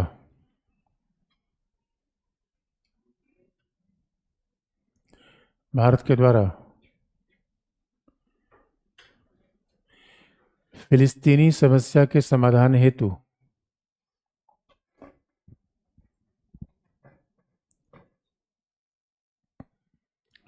भारत के द्वारा फिलिस्तीनी समस्या के समाधान हेतु, जो भी आपको अलग से बता देंगे, फिलिस्तीन की समस्या, भारत के द्वारा फिलिस्तीनी समस्या के समाधान हेतु द्विराष्ट्रवाद के विचार का समर्थन किया जाता है।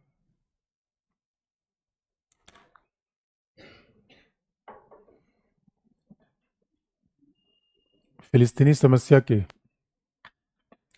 समाधान हेतु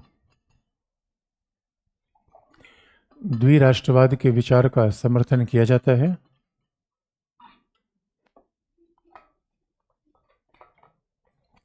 जिसके अनुसार इजराइल और फिलिस्तीन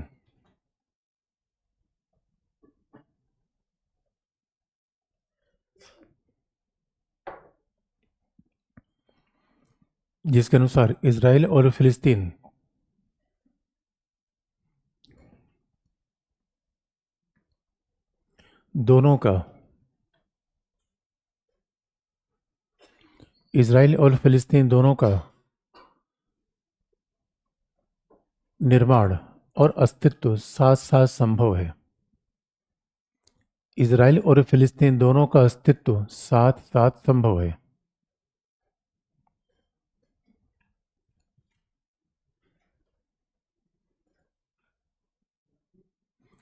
इजराइल और फिलिस्तीन दोनों का अस्तित्व साथ साथ संभव है। अगला पॉइंट,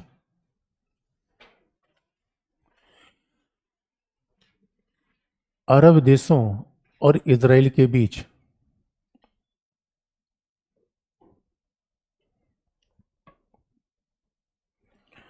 अरब देशों और इजराइल के बीच निकटता बढ़ाने के लिए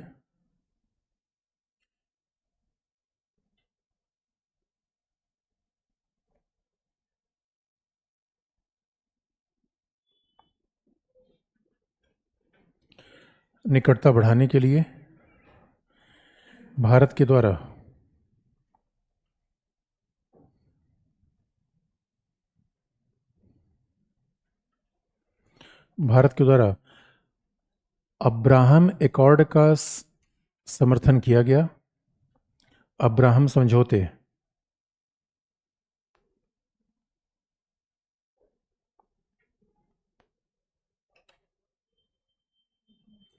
अब्राहम समझौते का समर्थन किया गया,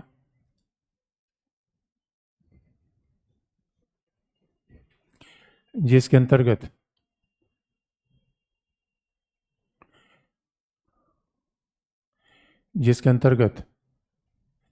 इजराइल, संयुक्त अरब अमीरात,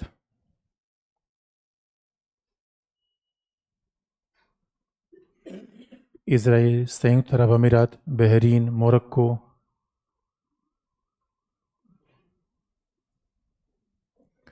बहरीन और मोरक्को के बीच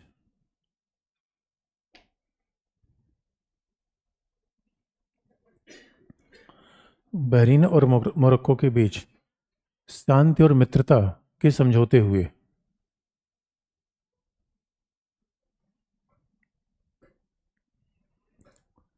शांति और मित्रता के समझौते हुए।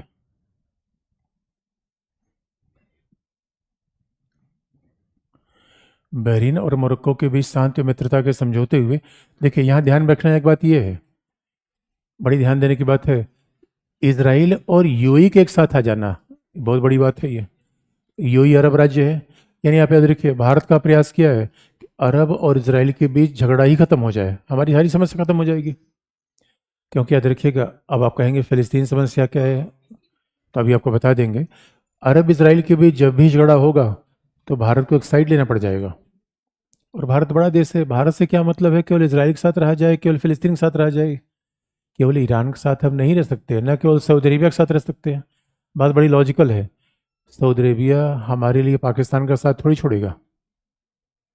तो ऐसा थोड़ी कि सऊदी अरेबिया हमारी वजह से सारे हमारे समर्थन में फैसले लेगा। इसलिए भारत जैसा बड़ा देश है, सऊदी अरेबिया की आबादी 2.5 करोड़ है, सऊदी अरेबिया के साथ थोड़ी चल सकते हैं। जितने ही थे उतने ठीक है।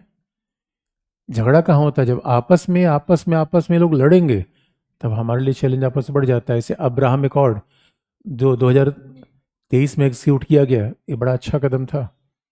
और फिर भारत क्या लेकर आगे बढ़ा, I-2, और आप याद रखिए यूई। ये यही बात खास तौर पर अगर पश्चिम एशिया में अरब देशों में यूएई इसराइल के साथ चला जा रहा है, तो आपको मैं बता दूं, मिस्र इसराइल के साथ पहले से है, जॉर्डन पहले से है। अरब देशों में मिस्र इसराइल के साथ पहले से है, जॉर्डन पहले से है, यूएई चला गया, बहरीन चला गया, मोरक्को चले गए, और कुवैत, कतर, ओमान, ये सब पौवा पौवा वाले देश हैं, का कोई मतलब नहीं है। इसका मतलब है पूरे इस अब्राहम एकॉर्ड का एक ही संदेश जाता है, अगर यूएई चला गया तो याद रखिए सऊदी अरेबिया भी इनडायरेक्टली इसका सपोर्ट में ही है। लेकिन सऊदी अरेबिया चूंकि इस्लाम की बात बार बार करता रहता है, इस सऊदी अरेबिया खुल के नहीं आना चाहता, इतना ही फर्क है। और ये बात आज से नहीं कही जा रही है, ये बात तो बहुत पहले से कही जा रही है। भाई सऊदी अरेबिया इसराइल दोनों अमेरिका के मित्र हैं, मित्र का मित्र मित्र, ये बात सीखने की है। यानी कुल मिलाकर इसराइल के सऊदी अरेबिया के साथ पहले से ही संबंध है, अनऑफिशियल रिलेशन पहले से है। नहीं तो ऐसा कैसे हो सकता है कि एक दो देश जिसके मित्र हैं वो खास तौर पे काम करते हैं। और आपने कभी देखा होगा कि सऊदी अरब इसराइल के खिलाफ काम करता हुआ, कभी नहीं दिखता वो। सऊदी अरब अमेरिका के खिलाफ जा नहीं सकता, और अपने आप में दोनों की दोस्ती रही ही है। भाई उधर अमेरिका से पेट्रोल बेचेगा, तेल बेचेगा, अमेरिका सबसे बड़ी डिफेंस सामग्री लेगा, और अमेरिका के कारण उसकी सुरक्षा होती है। तो सऊदी अरेबिया अमेरिका के बीच में बड़े कॉम्प्लीमेंट्री संबंध है। और आप याद रखिए, ये पूरे पश्चिम एशिया के देश खूब तेल गैस बेचते हैं, और तेल गैस बेच के इन्वेस्टमेंट करते हैं अमेरिका यूरोप में, क्योंकि उनको लगता है कि यहाँ के इन्वेस्टमेंट सेफ हैं। आप याद रखिएगा, इकोनॉमिक दुनिया को चलाती इकोनॉमिक्स और पॉलिटिक्स से धर्म दुनिया को बिल्कुल नहीं चलाता। अगर धर्म का ही महत्व होता तो पश्चिम एशिया के सारे देश उन अफ्रीका गरीब देशों से मजदूर लेते हैं जहां इस्लाम को पाया जाता है। सबसे बड़ी पॉपुलेशन तो आज की डेट में अफ्रीकी देशों में आ रही है। अफ्रीकी देशों के मजदूर ये पश्चिम एशियाई बिल्कुल नहीं लेते। पश्चिम एशियाई देश अगर मजदूर लेंगे तो एशिया महाद्वीप से ही लेते हैं, वे भारत, पाकिस्तान और बांग्लादेश। और यहाँ भारत और पाकिस्तान आपस में लड़ते हैं, वहां सब एक साथ रहते हैं। क्योंकि आज भी पश्चिम एशिया में ऐसा माना जाता है कि भारतीय मजदूर ज़्यादा बिगड़ल, मतलब वो रकस पैदा नहीं करते, काम करेंगे, काम से काम मतलब रखेंगे। बाकी लोगों के लिए, बाकी लोगों के बारे में कहना कठिन है। इसे भी वार चल रहा था, इसराइल ने कहा हमें भारतीय वर्कर चाहिए, हमने कहा ले लो, कितना चाहिए बताओ। और हमने बाकायदा, हमने कहा भाई 1,00,000 2,00,000 बताओ कितना चाहिए। कहा नहीं भाई ज़्यादा है बता रहा हूँ, 1,00,000 अभी बहुत है। हमने कहा बता देना बस संख्या, हम भेज देंगे। इसलिए अभी तो हमें ट्रेनिंग इंस्टीट्यूट में, आपको पता है, हमारे नर्सेज हैं, लेकिन अब पता चला लैंग्वेज नहीं बोलना जानती।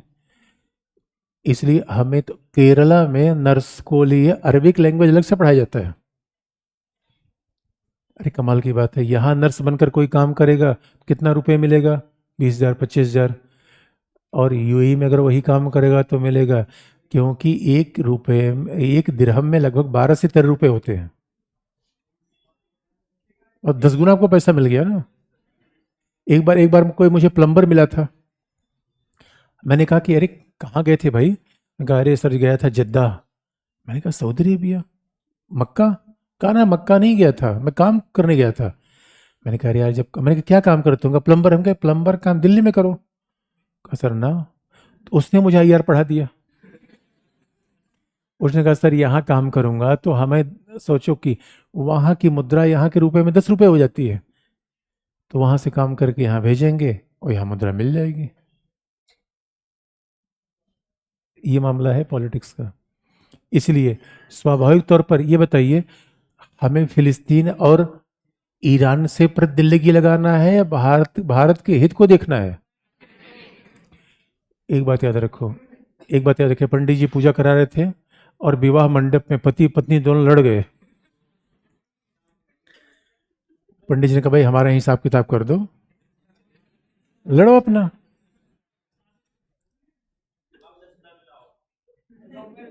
लिख लो मेरे बच्चों, क्या लिखा आपने?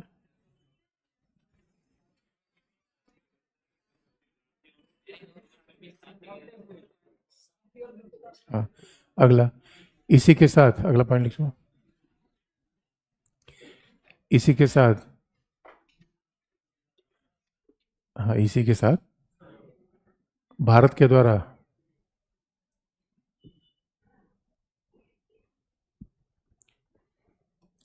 I2U2,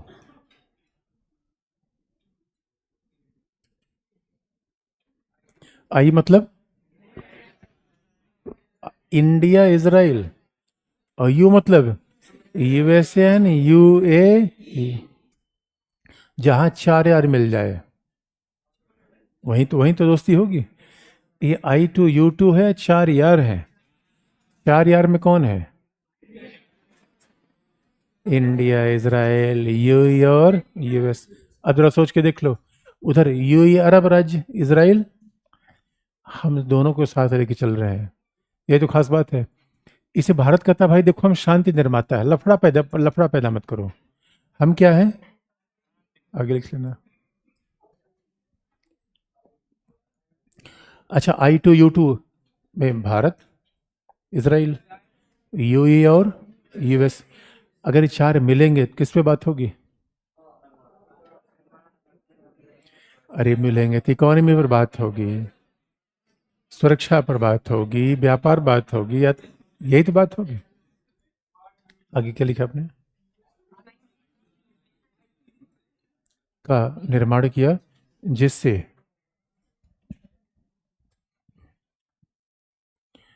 जिससे स्पष्ट है कि भारत इस क्षेत्र में व्यवस्था बनाए रखने में,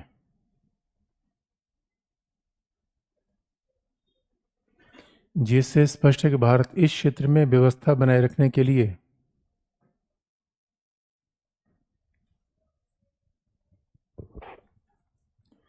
सकारात्मक,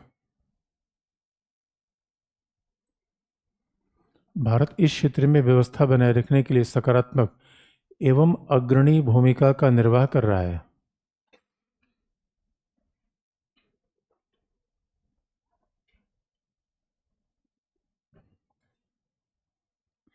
इस क्षेत्र में व्यवस्था बनाए रखने के लिए सकारात्मक एवं अग्रणी भूमिका का निर्वाह कर रहा है।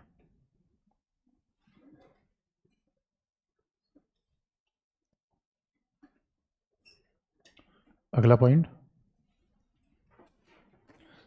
वर्ष 2023 की G20 की बैठक में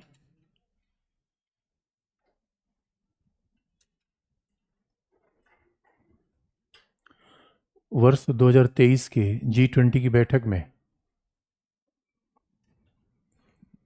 भारत के द्वारा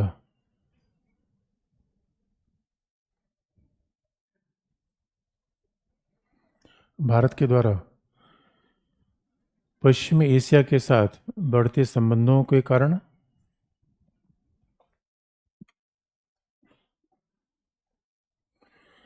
पश्चिमी एशिया के साथ बढ़ते संबंधों के कारण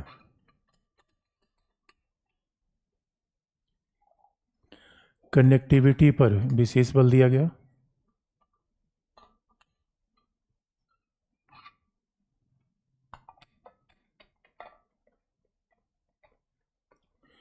पश्चिमी एशिया के साथ बढ़ते संबंधों के कारण कनेक्टिविटी पर विशेष बल दिया गया।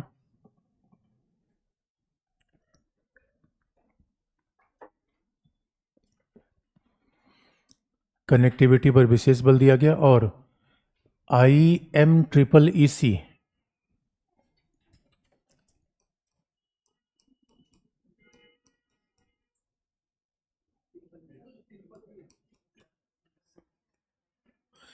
India middle east economic corridor IMEEC के निर्माण की पहल की गई। IMEEC के निर्माण की पहल की गई।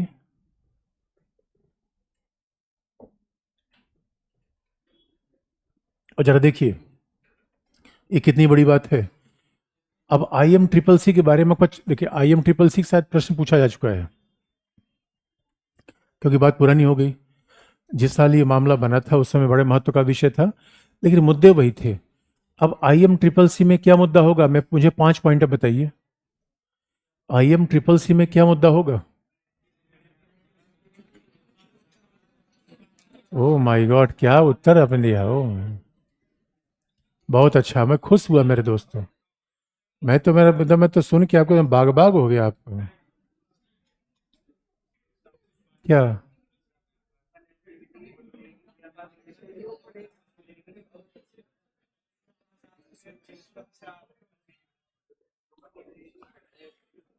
अरे मेरे दोस्तों, कितनी बड़ी बात है, सऊदी अरेबिया के साथ है ये। देख, कई कई कई लोग ये बात कहते हैं कि इसमें प्रॉब्लम है।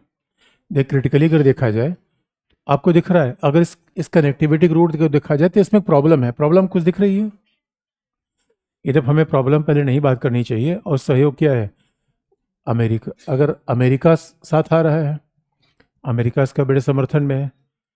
और सीधी सी बात है, भारत के लिए क्यों फायदेमंद है? हो कौन रहा है? इजराइल भी और सऊदी अरब भी है। ये क्या है? ये फिर से इजराइल और अरब देशों के बीच मित्रता का प्रयास है। इजराइल और अरब देश के बीच मित्रता हो जाए, ईरान सऊदी अरब के बीच मित्रता हो जाए, इस क्षेत्र का झगड़ा ही खत्म हो जाए। इस क्षेत्र का झगड़ा खत्म हो जाएगा तो भारत के लिए बड़े सकारात्मक फायदे हैं, क्योंकि भारत तो छोटा मोटा देश है नहीं। भारत के लिए ऊर्जा की आपूर्ति हमें बड़ी जबरदस्त तरीके से निर्भर है। इसीलिए अब देखिए टेक्निकल प्रॉब्लम क्या है। देखिए प्रॉब्लम यह है कि मुंबई से ले जाके हम कोई सी यूएई रखेंगे, समुद्र के रास्ते ले गए, ठीक है, यहाँ तक तो ठीक है, समुद्र है। अब फिर जमीन का रास्ता लेंगे तो सऊदी अरब में रेल बने, इसका मतलब कोई सामान अब फिर से शिप में उतार कर कहाँ रखेंगे? जमीन पर। और जमीन पर उतार कर रखेंगे स्वाभाविक तौर पर, उसके बाद फिर यहाँ समुद्र में फिर लेंगे, फिर रास्ता फिर कहाँ से उतार कर रखना पड़ेगा? इसका मतलब है यूरोप पहुंचने का ऐसा दिखता है कि शॉर्ट रूट है, क्योंकि हमें स्वेज कैनाल का विकल्प चाहिए। दूसरा रूट कहाँ पे है? यहाँ से है। दूसरा रूट स्वेज कैनाल का है। तो स्वेज कैनाल के रूट के साथ क्या है, फायदा क्या है? केवल एक ही तरीके का रास्ता है, समुद्र का रास्ता। यहाँ 5 बार गाड़ी में गाड़ी में रखो, फिर रेल में रखो, फिर ये 5 बार उतारना, 5 बार चढ़ना है डिफिकल्ट, कॉस्टली भी है। बस सबसे सस्ता व्यापार समुद्र के रास्ते से होता है। लेकिन अब सवाल है कि यहाँ मैंने पहले बता रखा है कि जो ये पूरा स्वेज कैनाल है वो पहला सोमालिया के डकैतों से प्रभावित है। सोमालिया का डकैत जब चाहे तब लूट लेते हैं जहाज। तो एक ही रास्ते पर, और दूसरी बात है जिस तरीके से जहाज़ों की संख्या बढ़ रही है, स्वेज कैनाल इतना पतला रास्ता है, सकरा रास्ता है कि बस 2 बजे से उत्तराखंड की पहाड़ियाँ, उत्तराखंड के बड़ी ऊंची ऊंची पहाड़ियों में चले जाओ, 2 बस सामने सामने आ जाए तो उसमें से एक के पीछे हटना पड़ेगा। तब तक पीछे हटना पड़ेगा जब तक वो अगला निकल न जाए। और छोटी छोटी वहाँ बस होती है उसके बावजूद। बड़ी बस तो पहाड़ियों पे जा ही नहीं पाती। इसे उत्तराखंड की डिपो की बस आप देखेंगे आकार में छोटी होती हैं, क्योंकि वहाँ वैसी सड़क है ही नहीं है। इस वजह से भी इसके फायदे भी हैं, घाटे भी हैं।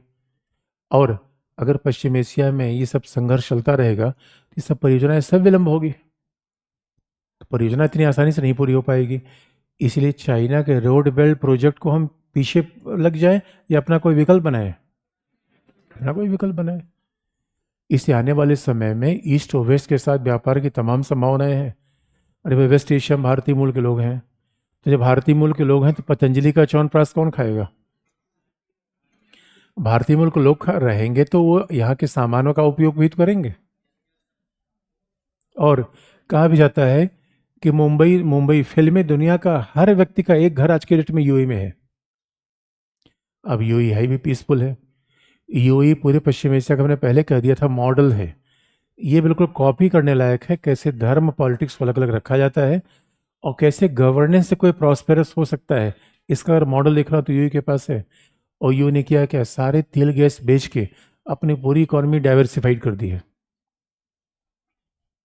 पूरी इकोनॉमी डाइवर्सिफाइड कर दिया है। और आने वाले समय में भारत कैसे बाजार के रूप में उभरेगा। अभी मैं कहीं गया था तो जिस एयरलाइन से आ रहा था पता चला उस एयरलाइन का पूरा स्टाफ टर्किश था। वो हिंदी बोल नहीं पा रहे थे। अब हिंदी, अभी इस बात को देख के थोड़ा मामला मुझे लगा, यार टर्किश एयरलाइन के लोग यहाँ काम कर रहे हैं, फिर तो भारतीयों को रोजगार नहीं मिलेगा। लेकिन वो सारे टर्किश एम्प्लॉय थे, क्योंकि एक जहाज भारतीय कंपनी ने उनको लीज पे ले रखा है। ये भारत का बढ़ता बाजार है। भैया बताओ, कुवैत में कितने जहाज पे लोग बैठेंगे जिसकी आबादी 10 लाख है। यहाँ तो हमारे यहाँ 10-20 लाख तो मेट्रो में से दाएं बाएं लोग घूमते रहते हैं। पूरे हिंदुस्तान के रेलवे स्टेशन की भीड़ को काउंट कर लिया जाए तो 1 करोड़ एक साथ होती है। 1 करोड़ लोग तो हमारे रेलवे स्टेशन पहुंचते रहते हैं। और 10-20 लोग तो हिंदुस्तान से गायब होने की सूची में रहते हैं, वो गायब हो चुके हैं। मतलब उनको गुमशुदा में उनको रिपोर्ट दिखाई गई है। ये हाल है हमारे यहाँ। लिखने की बात, क्या लिखा आपने?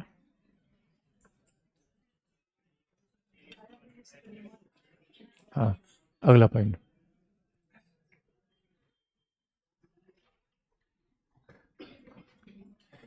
इनके माध्यम से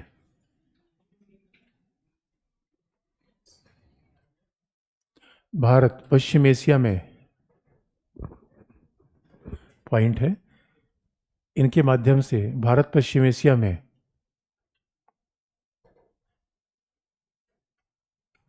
अपनी सक्रिय कूटनीति अपना रहा है।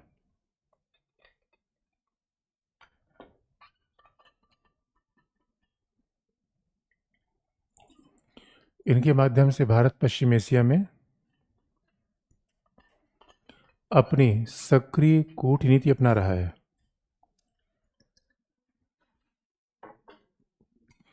अगला पॉइंट।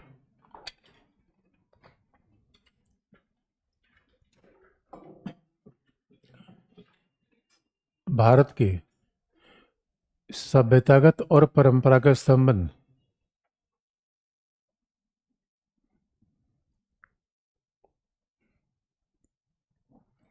भारत के पश्चिम एशिया के साथ सभ्यतागत और परंपरागत संबंध कोई नवीन घटनाक्रम नहीं है।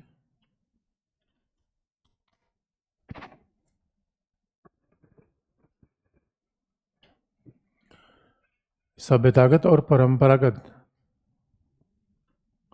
सभ्यतागत संबंध कोई नवीन घटना नहीं है, लेकिन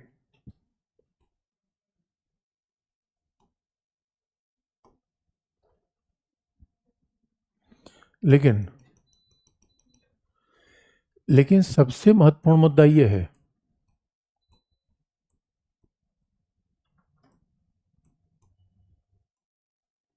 लेकिन सबसे महत्वपूर्ण मुद्दा यह है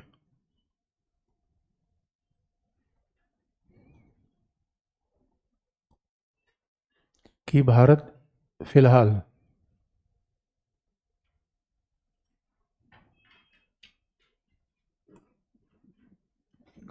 लेकिन सबसे महत्वपूर्ण मुद्दा यह है कि भारत फिलहाल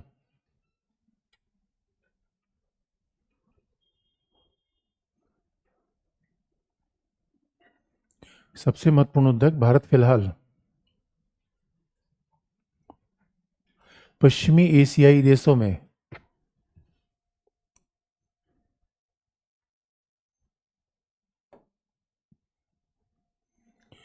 भारत भारत फिलहाल पश्चिमी एशियाई देशों में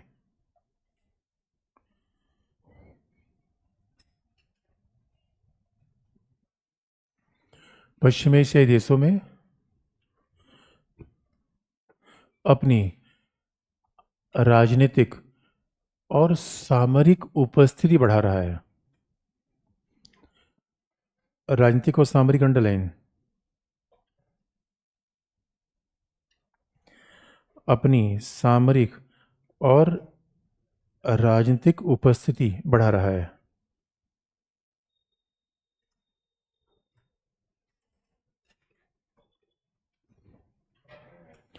सामरिक और राजनीतिक उपस्थिति बढ़ा रहा है। देखिए, ये बहुत बड़ा अंतर है, समझने की बात है। याद रखिएगा, पश्चिमी एशिया के साथ हमारे व्यापारिक संबंध शुरू से हैं, तेल गैस हम शुरू से लेते हैं, लेकिन अगर पश्चिम एशिया के साथ सामरिक और राजनीतिक घटनाक्रम हो जाए, ये शब्द बहुत ध्यान देने की बात है। इसे आप याद रखिएगा, पहले भी हम तेल गैस लेते थे, अभी भी तेल गैस लेते हैं, लेकिन फर्क कहाँ पड़ा?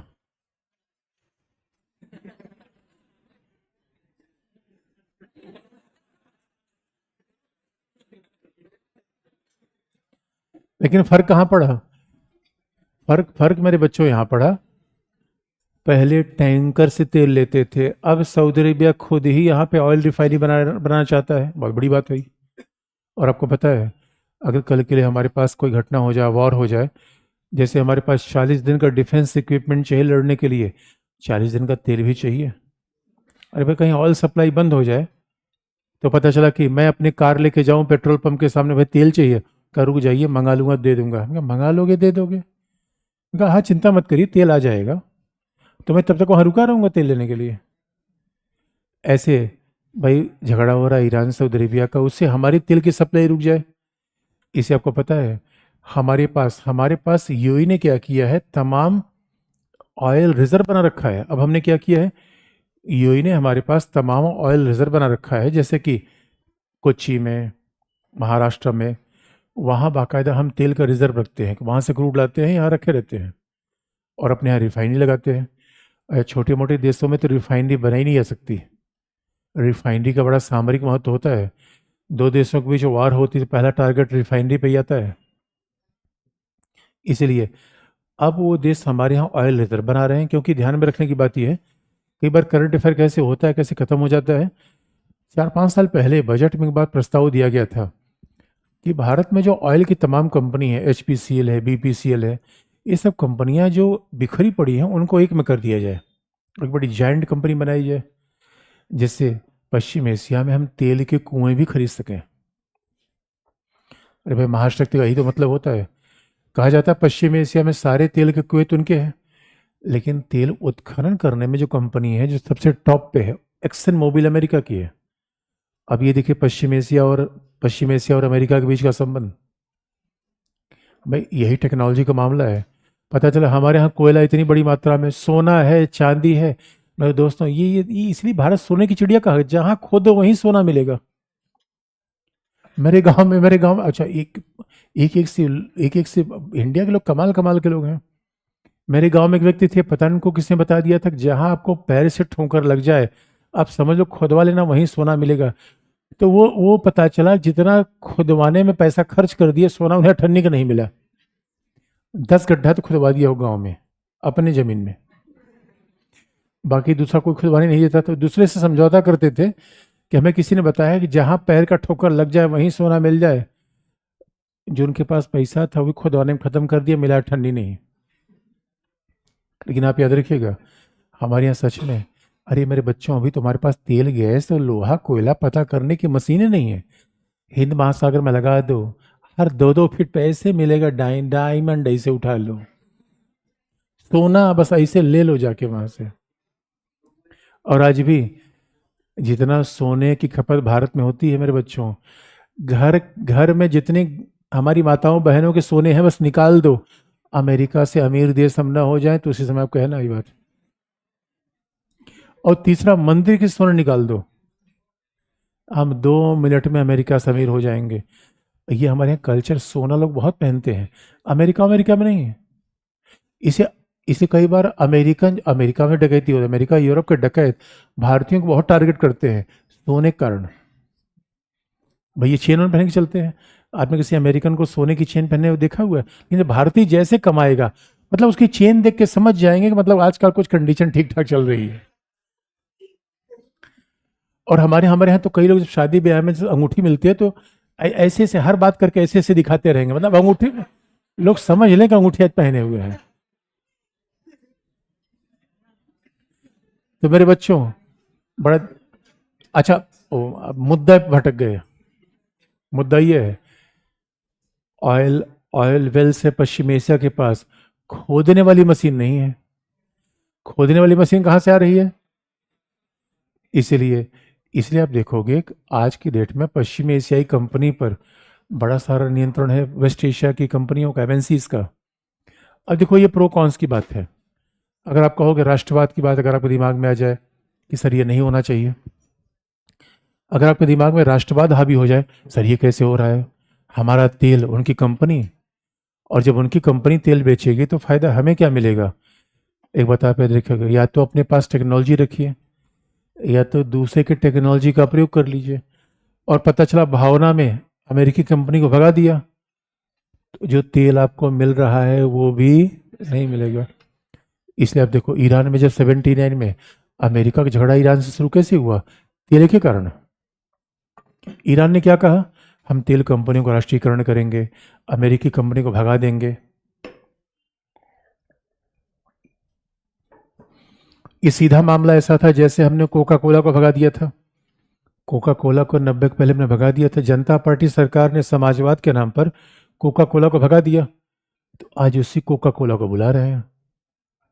इसे ईरान ने पहली बार क्या कहा, तेल कंपनियों का हम राष्ट्रीयकरण कर देंगे, तेल कंपनियां अमेरिका कंपनियों को भगाएंगे। तो सवाल है, अमेरिका कंपनियों को ईरान ने भगा तो दिया, लेकिन उसका फायदा ईरान को नहीं मिल पाया। ये बात फॉरेन पॉलिसी में सीखने की है, निर्णय इमोशनल तरीके से नहीं लेते हम। ये मत सोचिए कि अगला जो हमारे साथ काम कर रहा है उसको कितना फायदा हो रहा है, आप ये केवल सोचिए आपको कितना फायदा हो रहा है। इसी मामले में यूएई, सऊदी अरेबिया, इन लोगों ने अमेरिकी कंपनी का फायदा लिया। ईरान अपना तेल गैस पर्याप्त रूप में नहीं खोद पाया, नहीं बेच पाया, और तेल गैस आप बेच नहीं पा रहे हो, कल के लिए सारे जो दुनिया में ईवी चल जाएगा, सोलर एनर्जी चल जाएगी, तो आपका तेल गैस कौन खरीदेगा? सब तेल गैस लेके बैठे रहिए। यानी ये सोच के बाजार में गए थे कि आलू जब तक 50 रुपए किलो नहीं हुए तब तक नहीं बेचेंगे, और 50 रुपए किलो हुई नहीं, लेकिन जो 20 रुपए किलो मिल रहा था वो भी गंवा दिए। ये मूर्खता कई देशों ने की है। तो और अब हम क्या कर रहे हैं, अब ये कंपनियां हमारी तरफ बहुत ज़्यादा देख रही हैं। कारण ये है क्योंकि आसपास आपस में तेल बेच नहीं सकते। Saudi Arabia, Iran, Bahrain, Kuwait, Qatar को तेल बेच नहीं सकता। अफगानिस्तान, पाकिस्तान 2-4 पौवा से ज़्यादा ले नहीं सकते। अफगानिस्तान क्या लेगा, वहाँ तो अलग बैलगाड़ी चल रहे हैं। पाकिस्तान 2-4 पौवा ले लेगा। इस समय पूरे क्षेत्र में चाइना के बाद सबसे बड़ा तेल पीने वाला देश कौन है? भारत। ये बात इनको पता नहीं है। इसलिए इसे कश्मीर के मुद्दे पर इनका दिल बदला है या हित बदला है। और इसीलिए देखो दोस्तों, अब यहाँ पे मोदी जी और उसके साथ संबंध बना रहे हैं, इसलिए कह रहे हैं ओआईसी में गेस्ट ऑफ ऑनर हमें बुलाया गया 2019 की बैठक। और ओआईसी में जैसे हमें गेस्ट ऑफ ऑनर के रूप में बुलाया गया, पाकिस्तान कहा अब मैं नहीं रहूंगा। हमने कहा भाई क्या हो गया? ओआईसी क्या है? Organisation of Islamic conference. Pakistan ने कहा मैं कूद जाऊंगा, मैं नहीं रहूंगा, मैंने ओआईसी बनवाया। याद रखिए ओआईसी में भारत के रिप्रेजेंटेटिव को 69 पाकिस्तान ने घुसने नहीं दिया था। उसी ओआईसी में भारत को गेस्ट ऑफ ऑनर के रूप में इन्वाइट किया जा रहा था। यही तो भारत का बदलता दांव है। और पाकिस्तान सबके पास गया, कहा भाई देखो ये इस्लामी संगठन है, और चुप कर, बेकार की बात करता है इस्लामी में, भारत को बुलाने में क्या प्रॉब्लम है? पाकिस्तान कहता है भाई प्रॉब्लम हो ना हो बस बुलाओ मत। पाकिस्तान को नहीं बुलाया गया। पाकिस्तान बड़ा भावनात्मक हो गया, उन्होंने कहा मैं ओआईसी के बदले कोई और संगठन बनवा दूंगा। यूएन का जाके बनवा देना। और ये इनविटेशन यूएई की तरफ से आया था। आप याद रखिए, यूएई को पता है हमारा कितना बड़ा मार्केट है। भारतीय जाते हैं यूरोप और अमेरिका, पहले जाएंगे दुबई, दुबई से फ्लाई अमीरात लेंगे, फ्लाई अमीरात से सब, फ्लाई अमीरात के सबसे बड़े कस्टमर इंडियन हैं, याद रखिए। और अभी और अभी मोदी जी गए थे। देखो देखो, मारवाड़ी व्यापार तो करना मारवाड़ी जनता है। मोदी ने यूएई के प्रिंस से कहा, बुर्ज खलीफा देखा, कश्मीर नहीं देखा, कुछ नहीं देखा। प्रिंस ने कहा, कश्मीर कश्मीर देखना है उनका, अरे एक बार चलो तो पहले। G20 की मीट में इसलिए एक बैठक कश्मीर में थी मेरे दोस्तों। इसलिए घर में बर्थडे पार्टी बहुत एक्स्ट्रा बैंगेंजा के साथ मनाना चाहिए। बर्थडे पार्टी में सबको बुलाओ, शादी विवाह में जबरदस्त इनविटेशन दो, खूब खर्च करो। कौन आ जाए पता है आपको, बताओ। लेकिन नहीं खर्च करो क्यों? नहीं, परिवार कार्यक्रम है, जाओ रहे वैसे फुक्कड़, परिवार कार्यक्रम है। और आपको पता चला है, जब यूएई को हमने कश्मीर बुलाया तो मुझे ने कहा, देखो इतना अच्छी जगह है। यूएई का, ओ माय गॉड, ऐसी जगह। हमने कहा, समुंदर में थोड़ी बालू थोड़ी है आपके यहाँ, खजूर खजूर खा के लटके पड़े हो, सेब लो यहाँ। यूएई ने कहा, ऐसा है मोदी जी, कुछ हम यहाँ जमीन दिलवा दो। उनका, जमीन क्या करोगे? अरे उनका, कुछ गेहूँ चावल बोलेंगे। उनके पास ज़मीन है नहीं, गेहूँ चावल नहीं होता। गेहूँ चावल हमसे मंगाते हैं, आलू गोभी टमाटर भिंडी मटर, हम भेजना बंद कर दें, वो सब्जी नहीं खा पाएंगे। लेकिन बेचने तो हमारा भी फायदा हो रहा है, हम क्या रख के सड़ाएंगे उसको? इसी एमडीएच का तड़का, अंग अंग फड़का, कौन लेता है सर? पश्चिम एशिया। पश्चिम एशिया के लोग कहाँ से खाते हैं? बाहर से खाते हैं। अरे मेरे दोस्तों, हम कितने लोगों को खिलाते हैं? बाद में देख लेना पुत्र, कोई खास बात है? देख लो देख लो देख लो। ये सीधा बुर्ज खलीफा पहुंच रहा है। Oh my God, oh my God. तो अब कितनी, अरे मेरे बच्चों, कितनी बड़ी घटना हो रही है, मैं कितनी महत्वपूर्ण बात बता रहा हूं, उस पर ध्यान नहीं दे रहे हो तुम। इसलिए यूएई ने भारत को गेस्ट ऑफ ऑनर के रूप में बुलाया, क्योंकि भारत ऑयल रिजर्व बना रहा है। लेकिन वो तेल कंपनी का एकीकरण का मामला वो आज तक सॉल्व हो नहीं पाया। बात ध्यान सुनने की है। रसिया में ओएनजीसी का इन्वेस्ट एक्सप्लोरेशन है, अफ्रीका में रिलायंस है, पश्चिम एशिया में भारतीय कंपनी नहीं है। तो जबकि पश्चिम एशिया जैसे देश में भारतीय कंपनी कॉम्पीट क्यों न करे? अरे आपको पता है कि रोज ही रोज पानी खरीदना है तो उसमें कुछ लगवा लो, आरओ। रोज ही रोज बॉटल लिए पड़े हो, टैंकर से लेना देना कई बार चैलेंजिंग होता है। तो अब जो पश्चिम एशिया के साथ हमारे संबंध क्या बढ़ा है? राजनीतिक। अब समझते हो इसका मतलब? आर्थिक संबंध भी सामरिक हो रहे हैं, और राजनीति का मतलब है कश्मीर के मुद्दे पर भी यूएई हमें समर्थन दे रहा है, और उसी का परिणाम है फिर मोदी जी गए, 5 बार यूएई गए हैं, एक बार नहीं। फिर प्रिंस से कहा, ऐसा प्रिंस, यूपी नहीं देखा तो कुछ भी नहीं देखा। तो प्रिंस ने कहा, क्यों? इसलिए हमने वहां पे केरल के व्यापारी यूसुफ अली हैं, भारतीय व्यापारी है, और उनको इनवाइट किया गया, ऐसा है। तो यूसुफ अली कह रहे थे ना, हमारा इन्वेस्टमेंट अहमदाबाद में होगा। मोदी ने कहा, ना ना भाई, सब लोग अहमदाबाद ही कर रहे हो, महाराष्ट्र कर रहे हो। अरे हमारा यूपी दिल है इंडिया का। लेकिन कहते भाई, दिल में दिल से दिल लगी करेंगे, इन्वेस्टमेंट नहीं करेंगे।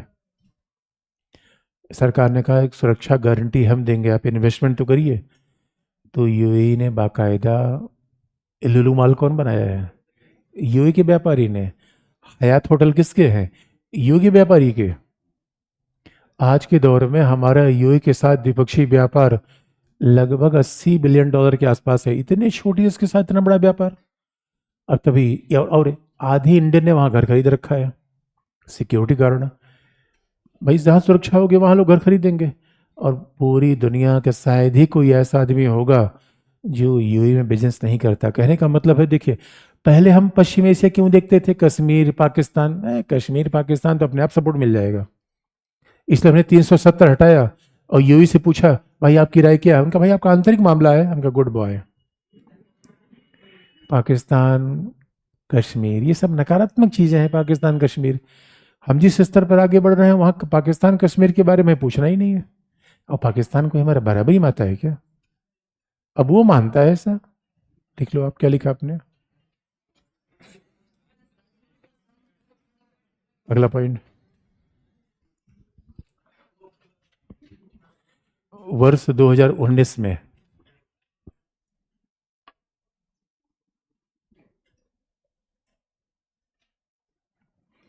वर्ष 2019 में UAE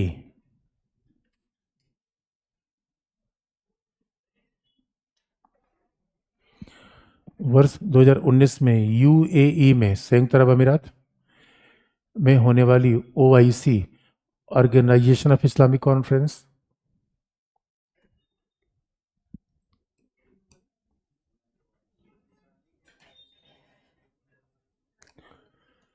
organisation of Islamic conference में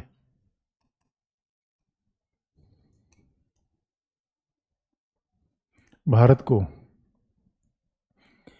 गेस्ट ऑफ ऑनर के रूप में आमंत्रित किया गया।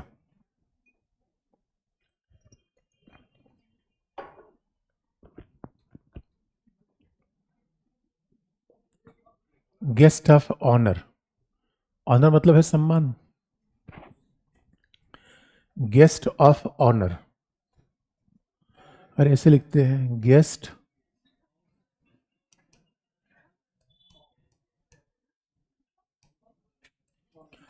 गेस्ट ऑफ ऑनर के रूप में सम्मानित किया गया।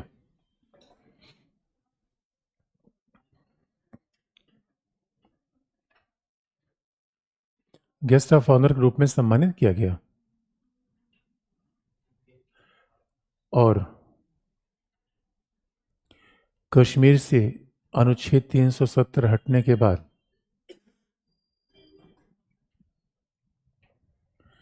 कश्मीर से अनुच्छेद 370 हटने के बाद यूएई ने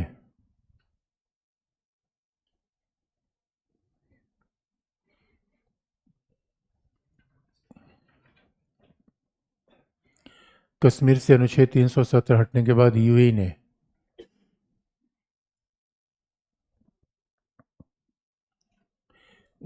ने इसे भारत का आंतरिक मामला कहा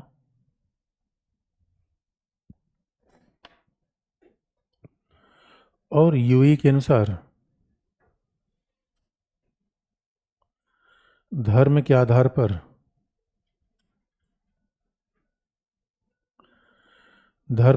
पर आतंकवाद का समर्थन नहीं किया जा सकता।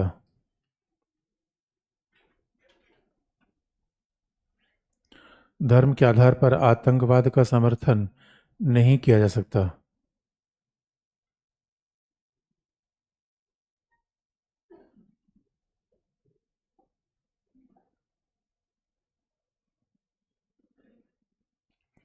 धर्म के आधार पर आतंकवाद का समर्थन नहीं किया जा सकता।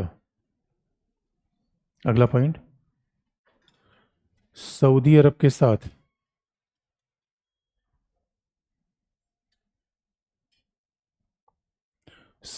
साथ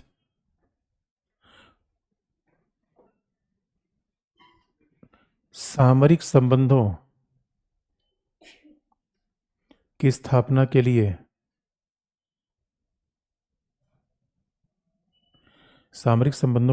के लिए एक परिषद का गठन किया गया है, ब्रैकेट में 2019, स्ट्रेटेजिक पार्टनरशिप काउंसिल, एक परिषद का गठन किया गया है, ब्रैकेट में 2019, क्योंकि साइबर सुरक्षा,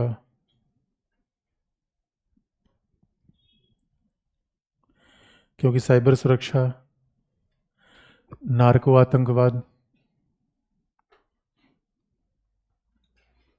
समुद्री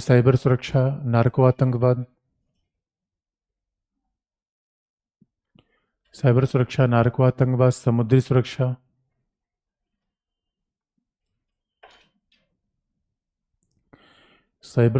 नार्को आतंकवाद और समुद्री सुरक्षा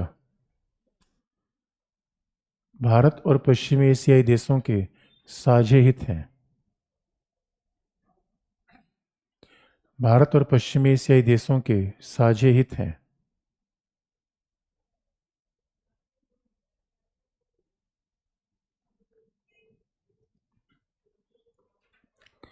भारत और पश्चिमी एशियाई देशों के साझे हित है। ये बहुत बड़ी बात है। इसका मतलब है कि देखिए, आतंकवादी घटना कहाँ पे होती है? साइबर सिक्योरिटी से लेकर मनी लॉन्ड्रिंग। एक बात इतनी याद दिला दें कि एक समय था जब दाऊद इब्राहिम यूएई में रहा करता था, आज ये संभव नहीं है। आज यूएई में भारत विरोधी गतिविधियां करने वाले किसी व्यक्ति को वहां रहने की परमिशन नहीं है। दूसरी बात ध्यान सुनने की है, यूएई ने मतलब इस्लामी देशों में कोई मंदिर बनना एक बहुत बड़ी बात है ये। लेकिन इसका दूसरा ही मतलब है कि जब हमारे यहाँ लोग हर हर मस्जिद में मंदिर ढूंढ रहे हैं, तो उनको ये भी देखना चाहिए कि आपके एक इम्प्लीकेशन का अंतर्राष्ट्रीय आइन पर क्या प्रभाव पड़ता है। आपने देखा होगा, हमारे एक नूपुर शर्मा एक महिला थी, उसने पैगंबर साहब के बारे में अनावश्यक टिप्पणी कर दी। ऐसी चीजों से बचना चाहिए। आप समझ नहीं सकते कि इन चीजों का पाकिस्तान कैसा कैश करता है। पाकिस्तान पूरी दुनिया में फैला दिया, भारतीय सरकार को ये डिफेंड करना पड़ा। भारतीय सरकार ने कहा, अरे भाई ये ऑफिशियल, ये भारत सरकार का अप्रोच नहीं है। वो किसी व्यक्ति ने ऐसा कह दिया जो सरकार के पार्ट नहीं थे। इसलिए आप सोचिए, आईआईटी कैंपस खुल गया, साइबर सिक्योरिटी, नार्को टेररिज्म, और यूई के साथ में मतलब कितने एग्जाम्पल दूं सहयोग के। भविष्य में तो यूई चाह रहा है कि चूंकि यूई के पास जमीन नहीं है पहला, और फूड सिक्योरिटी के मामले में एक दूसरे पर निर्भर है। इसे आप देखोगे, भारत बार बार एग्रीकल्चर रिफॉर्म करने की बात कर रहा था। एग्रीकल्चर रिफॉर्म में दुनिया के तमाम देश आके हमारे यहाँ बड़े बड़े फार्म बनाना चाहते हैं। किसानों को उनकी, भाई 10 बीघे किसान के पास खेत है, उसकी सारी उन्हें कीमत मिलेगी। लेकिन हमारे यहाँ सरकार कर नहीं पा रही है, क्योंकि यूही चाहता है कि ये सहयोग हो जाए। बट डिफेंस इंडस्ट्री में यूही बहुत बड़ा इन्वेस्टमेंट डिफेंस इंडस्ट्री में करना चाहता है। लेकिन फिर वही बात है, भारत में पॉलिटिकल स्टेबिलिटी, विश्वास होना चाहिए। इसलिए आप देखोगे, भारत में स्टेबल गवर्नमेंट होना चाहिए पहला। आज की दुनिया में, सारी दुनिया में इंस्टेबिलिटी मची हुई है। स्टेबल गवर्नमेंट हो, और ये झगड़े टंटे अगर आप करते रहेंगे, लेबनान के एग्जाम्पल देखिए, सीरिया बर्बाद हो गए। दोस्तों, झगड़ा परिवार करे तो बर्बाद होगा, राष्ट्र करे तो बर्बाद होगा। अंतिमतः जनता ही उसका भुगतान करती है। और हमारे संबंध धंधना के पश्चिम एशिया के साथ, तो एक पॉइंट और लिख लीजिए इससे मैं, अगला पॉइंट थोड़ी सी, ये पूरा तो हो जाए। अच्छा, एक बात याद दिला दे, कल से मेरी क्लास नहीं होगी क्योंकि मुझे कुछ बड़े आवश्यक काम है। तो मतलब थोड़ा सा है, घरेलू काम कुछ है। तो मतलब कि अब मैं क्या बताऊँ, थोड़ा सा ऐसे, मतलब मेरे पिताजी का देहांत हो गया। तो ऐसे मामलों में थोड़ा आज मैं ऐसे एक क्लास में इसलिए आ गया कि मैं आपको बता दूं, कुछ दिन में अवेलेबल नहीं रहूँगा। तो उसके बाद फिर वो आ जाऊँगा, आपकी आपकी पूरी हो जाएगी। तो उसके बाद फिर, तो इसलिए मैंने कहा कि मैं बता दूं इस बात को। तो कई बार जीवन में ऐसा होता है कि भाई ये मेरा पर्सनल प्रॉब्लम है, तो ये बताना ठीक नहीं है। लेकिन अगर मैं ना ही क्लास में हूं, तो थोड़े एक आध दो कारण उसके ऐसे हैं। तो लेकिन लास्ट में लिख लीजिए आप, बात पूरी हो जाए। क्या लिखा जाए?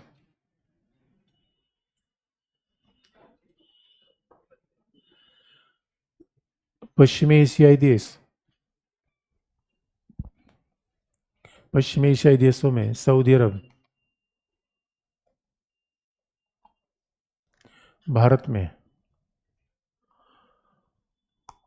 ऑयल रिफाइनरी लगाने के इच्छुक है। पश्चिमी एशियाई देश सऊदी अरब भारत में ऑयल रिफाइनरी लगाने का इच्छुक है।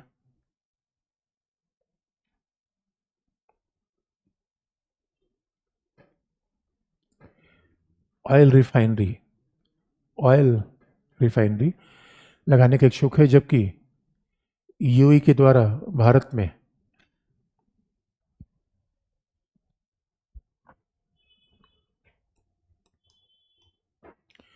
यूएई के द्वारा भारत में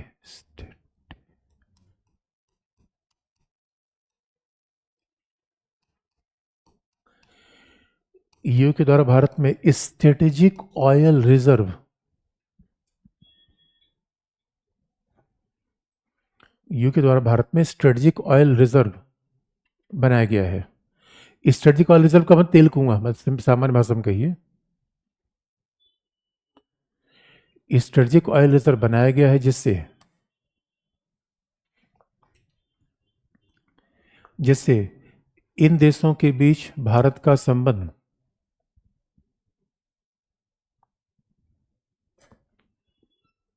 इन देशों के बीच भारत का संबंध केवल तेल खरीदने और बेचने का नहीं रहा है।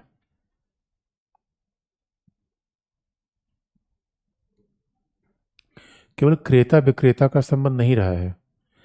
इन देशों के बीच भारत के द्वारा तेल खरीदने का संबंध केवल क्रेता विक्रेता के बीच का नहीं है। हाँ बता रहे, लिख लीजिए, क्रेता विक्रेता के बीच नहीं रहा है। अगला हेडिंग, इजराइल, फिलिस्तीन और भारत।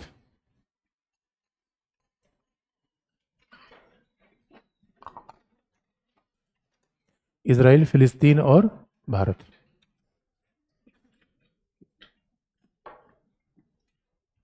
हाँ मेरे बच्चे बताओ क्या पूछ रहे थे आप, तेजी से बोलो,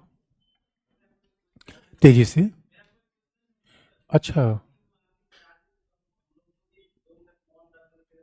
नहीं तो छोड़ दो उसका। आप लोग बस आप लोगों की शुभकामना हमेशा मेरे साथ रहती है, मेरी शुभकामना आपके साथ रहती है। हम पॉलिटिशियन इसे दिखावटी काम करें आप 2 मिनट का मौन।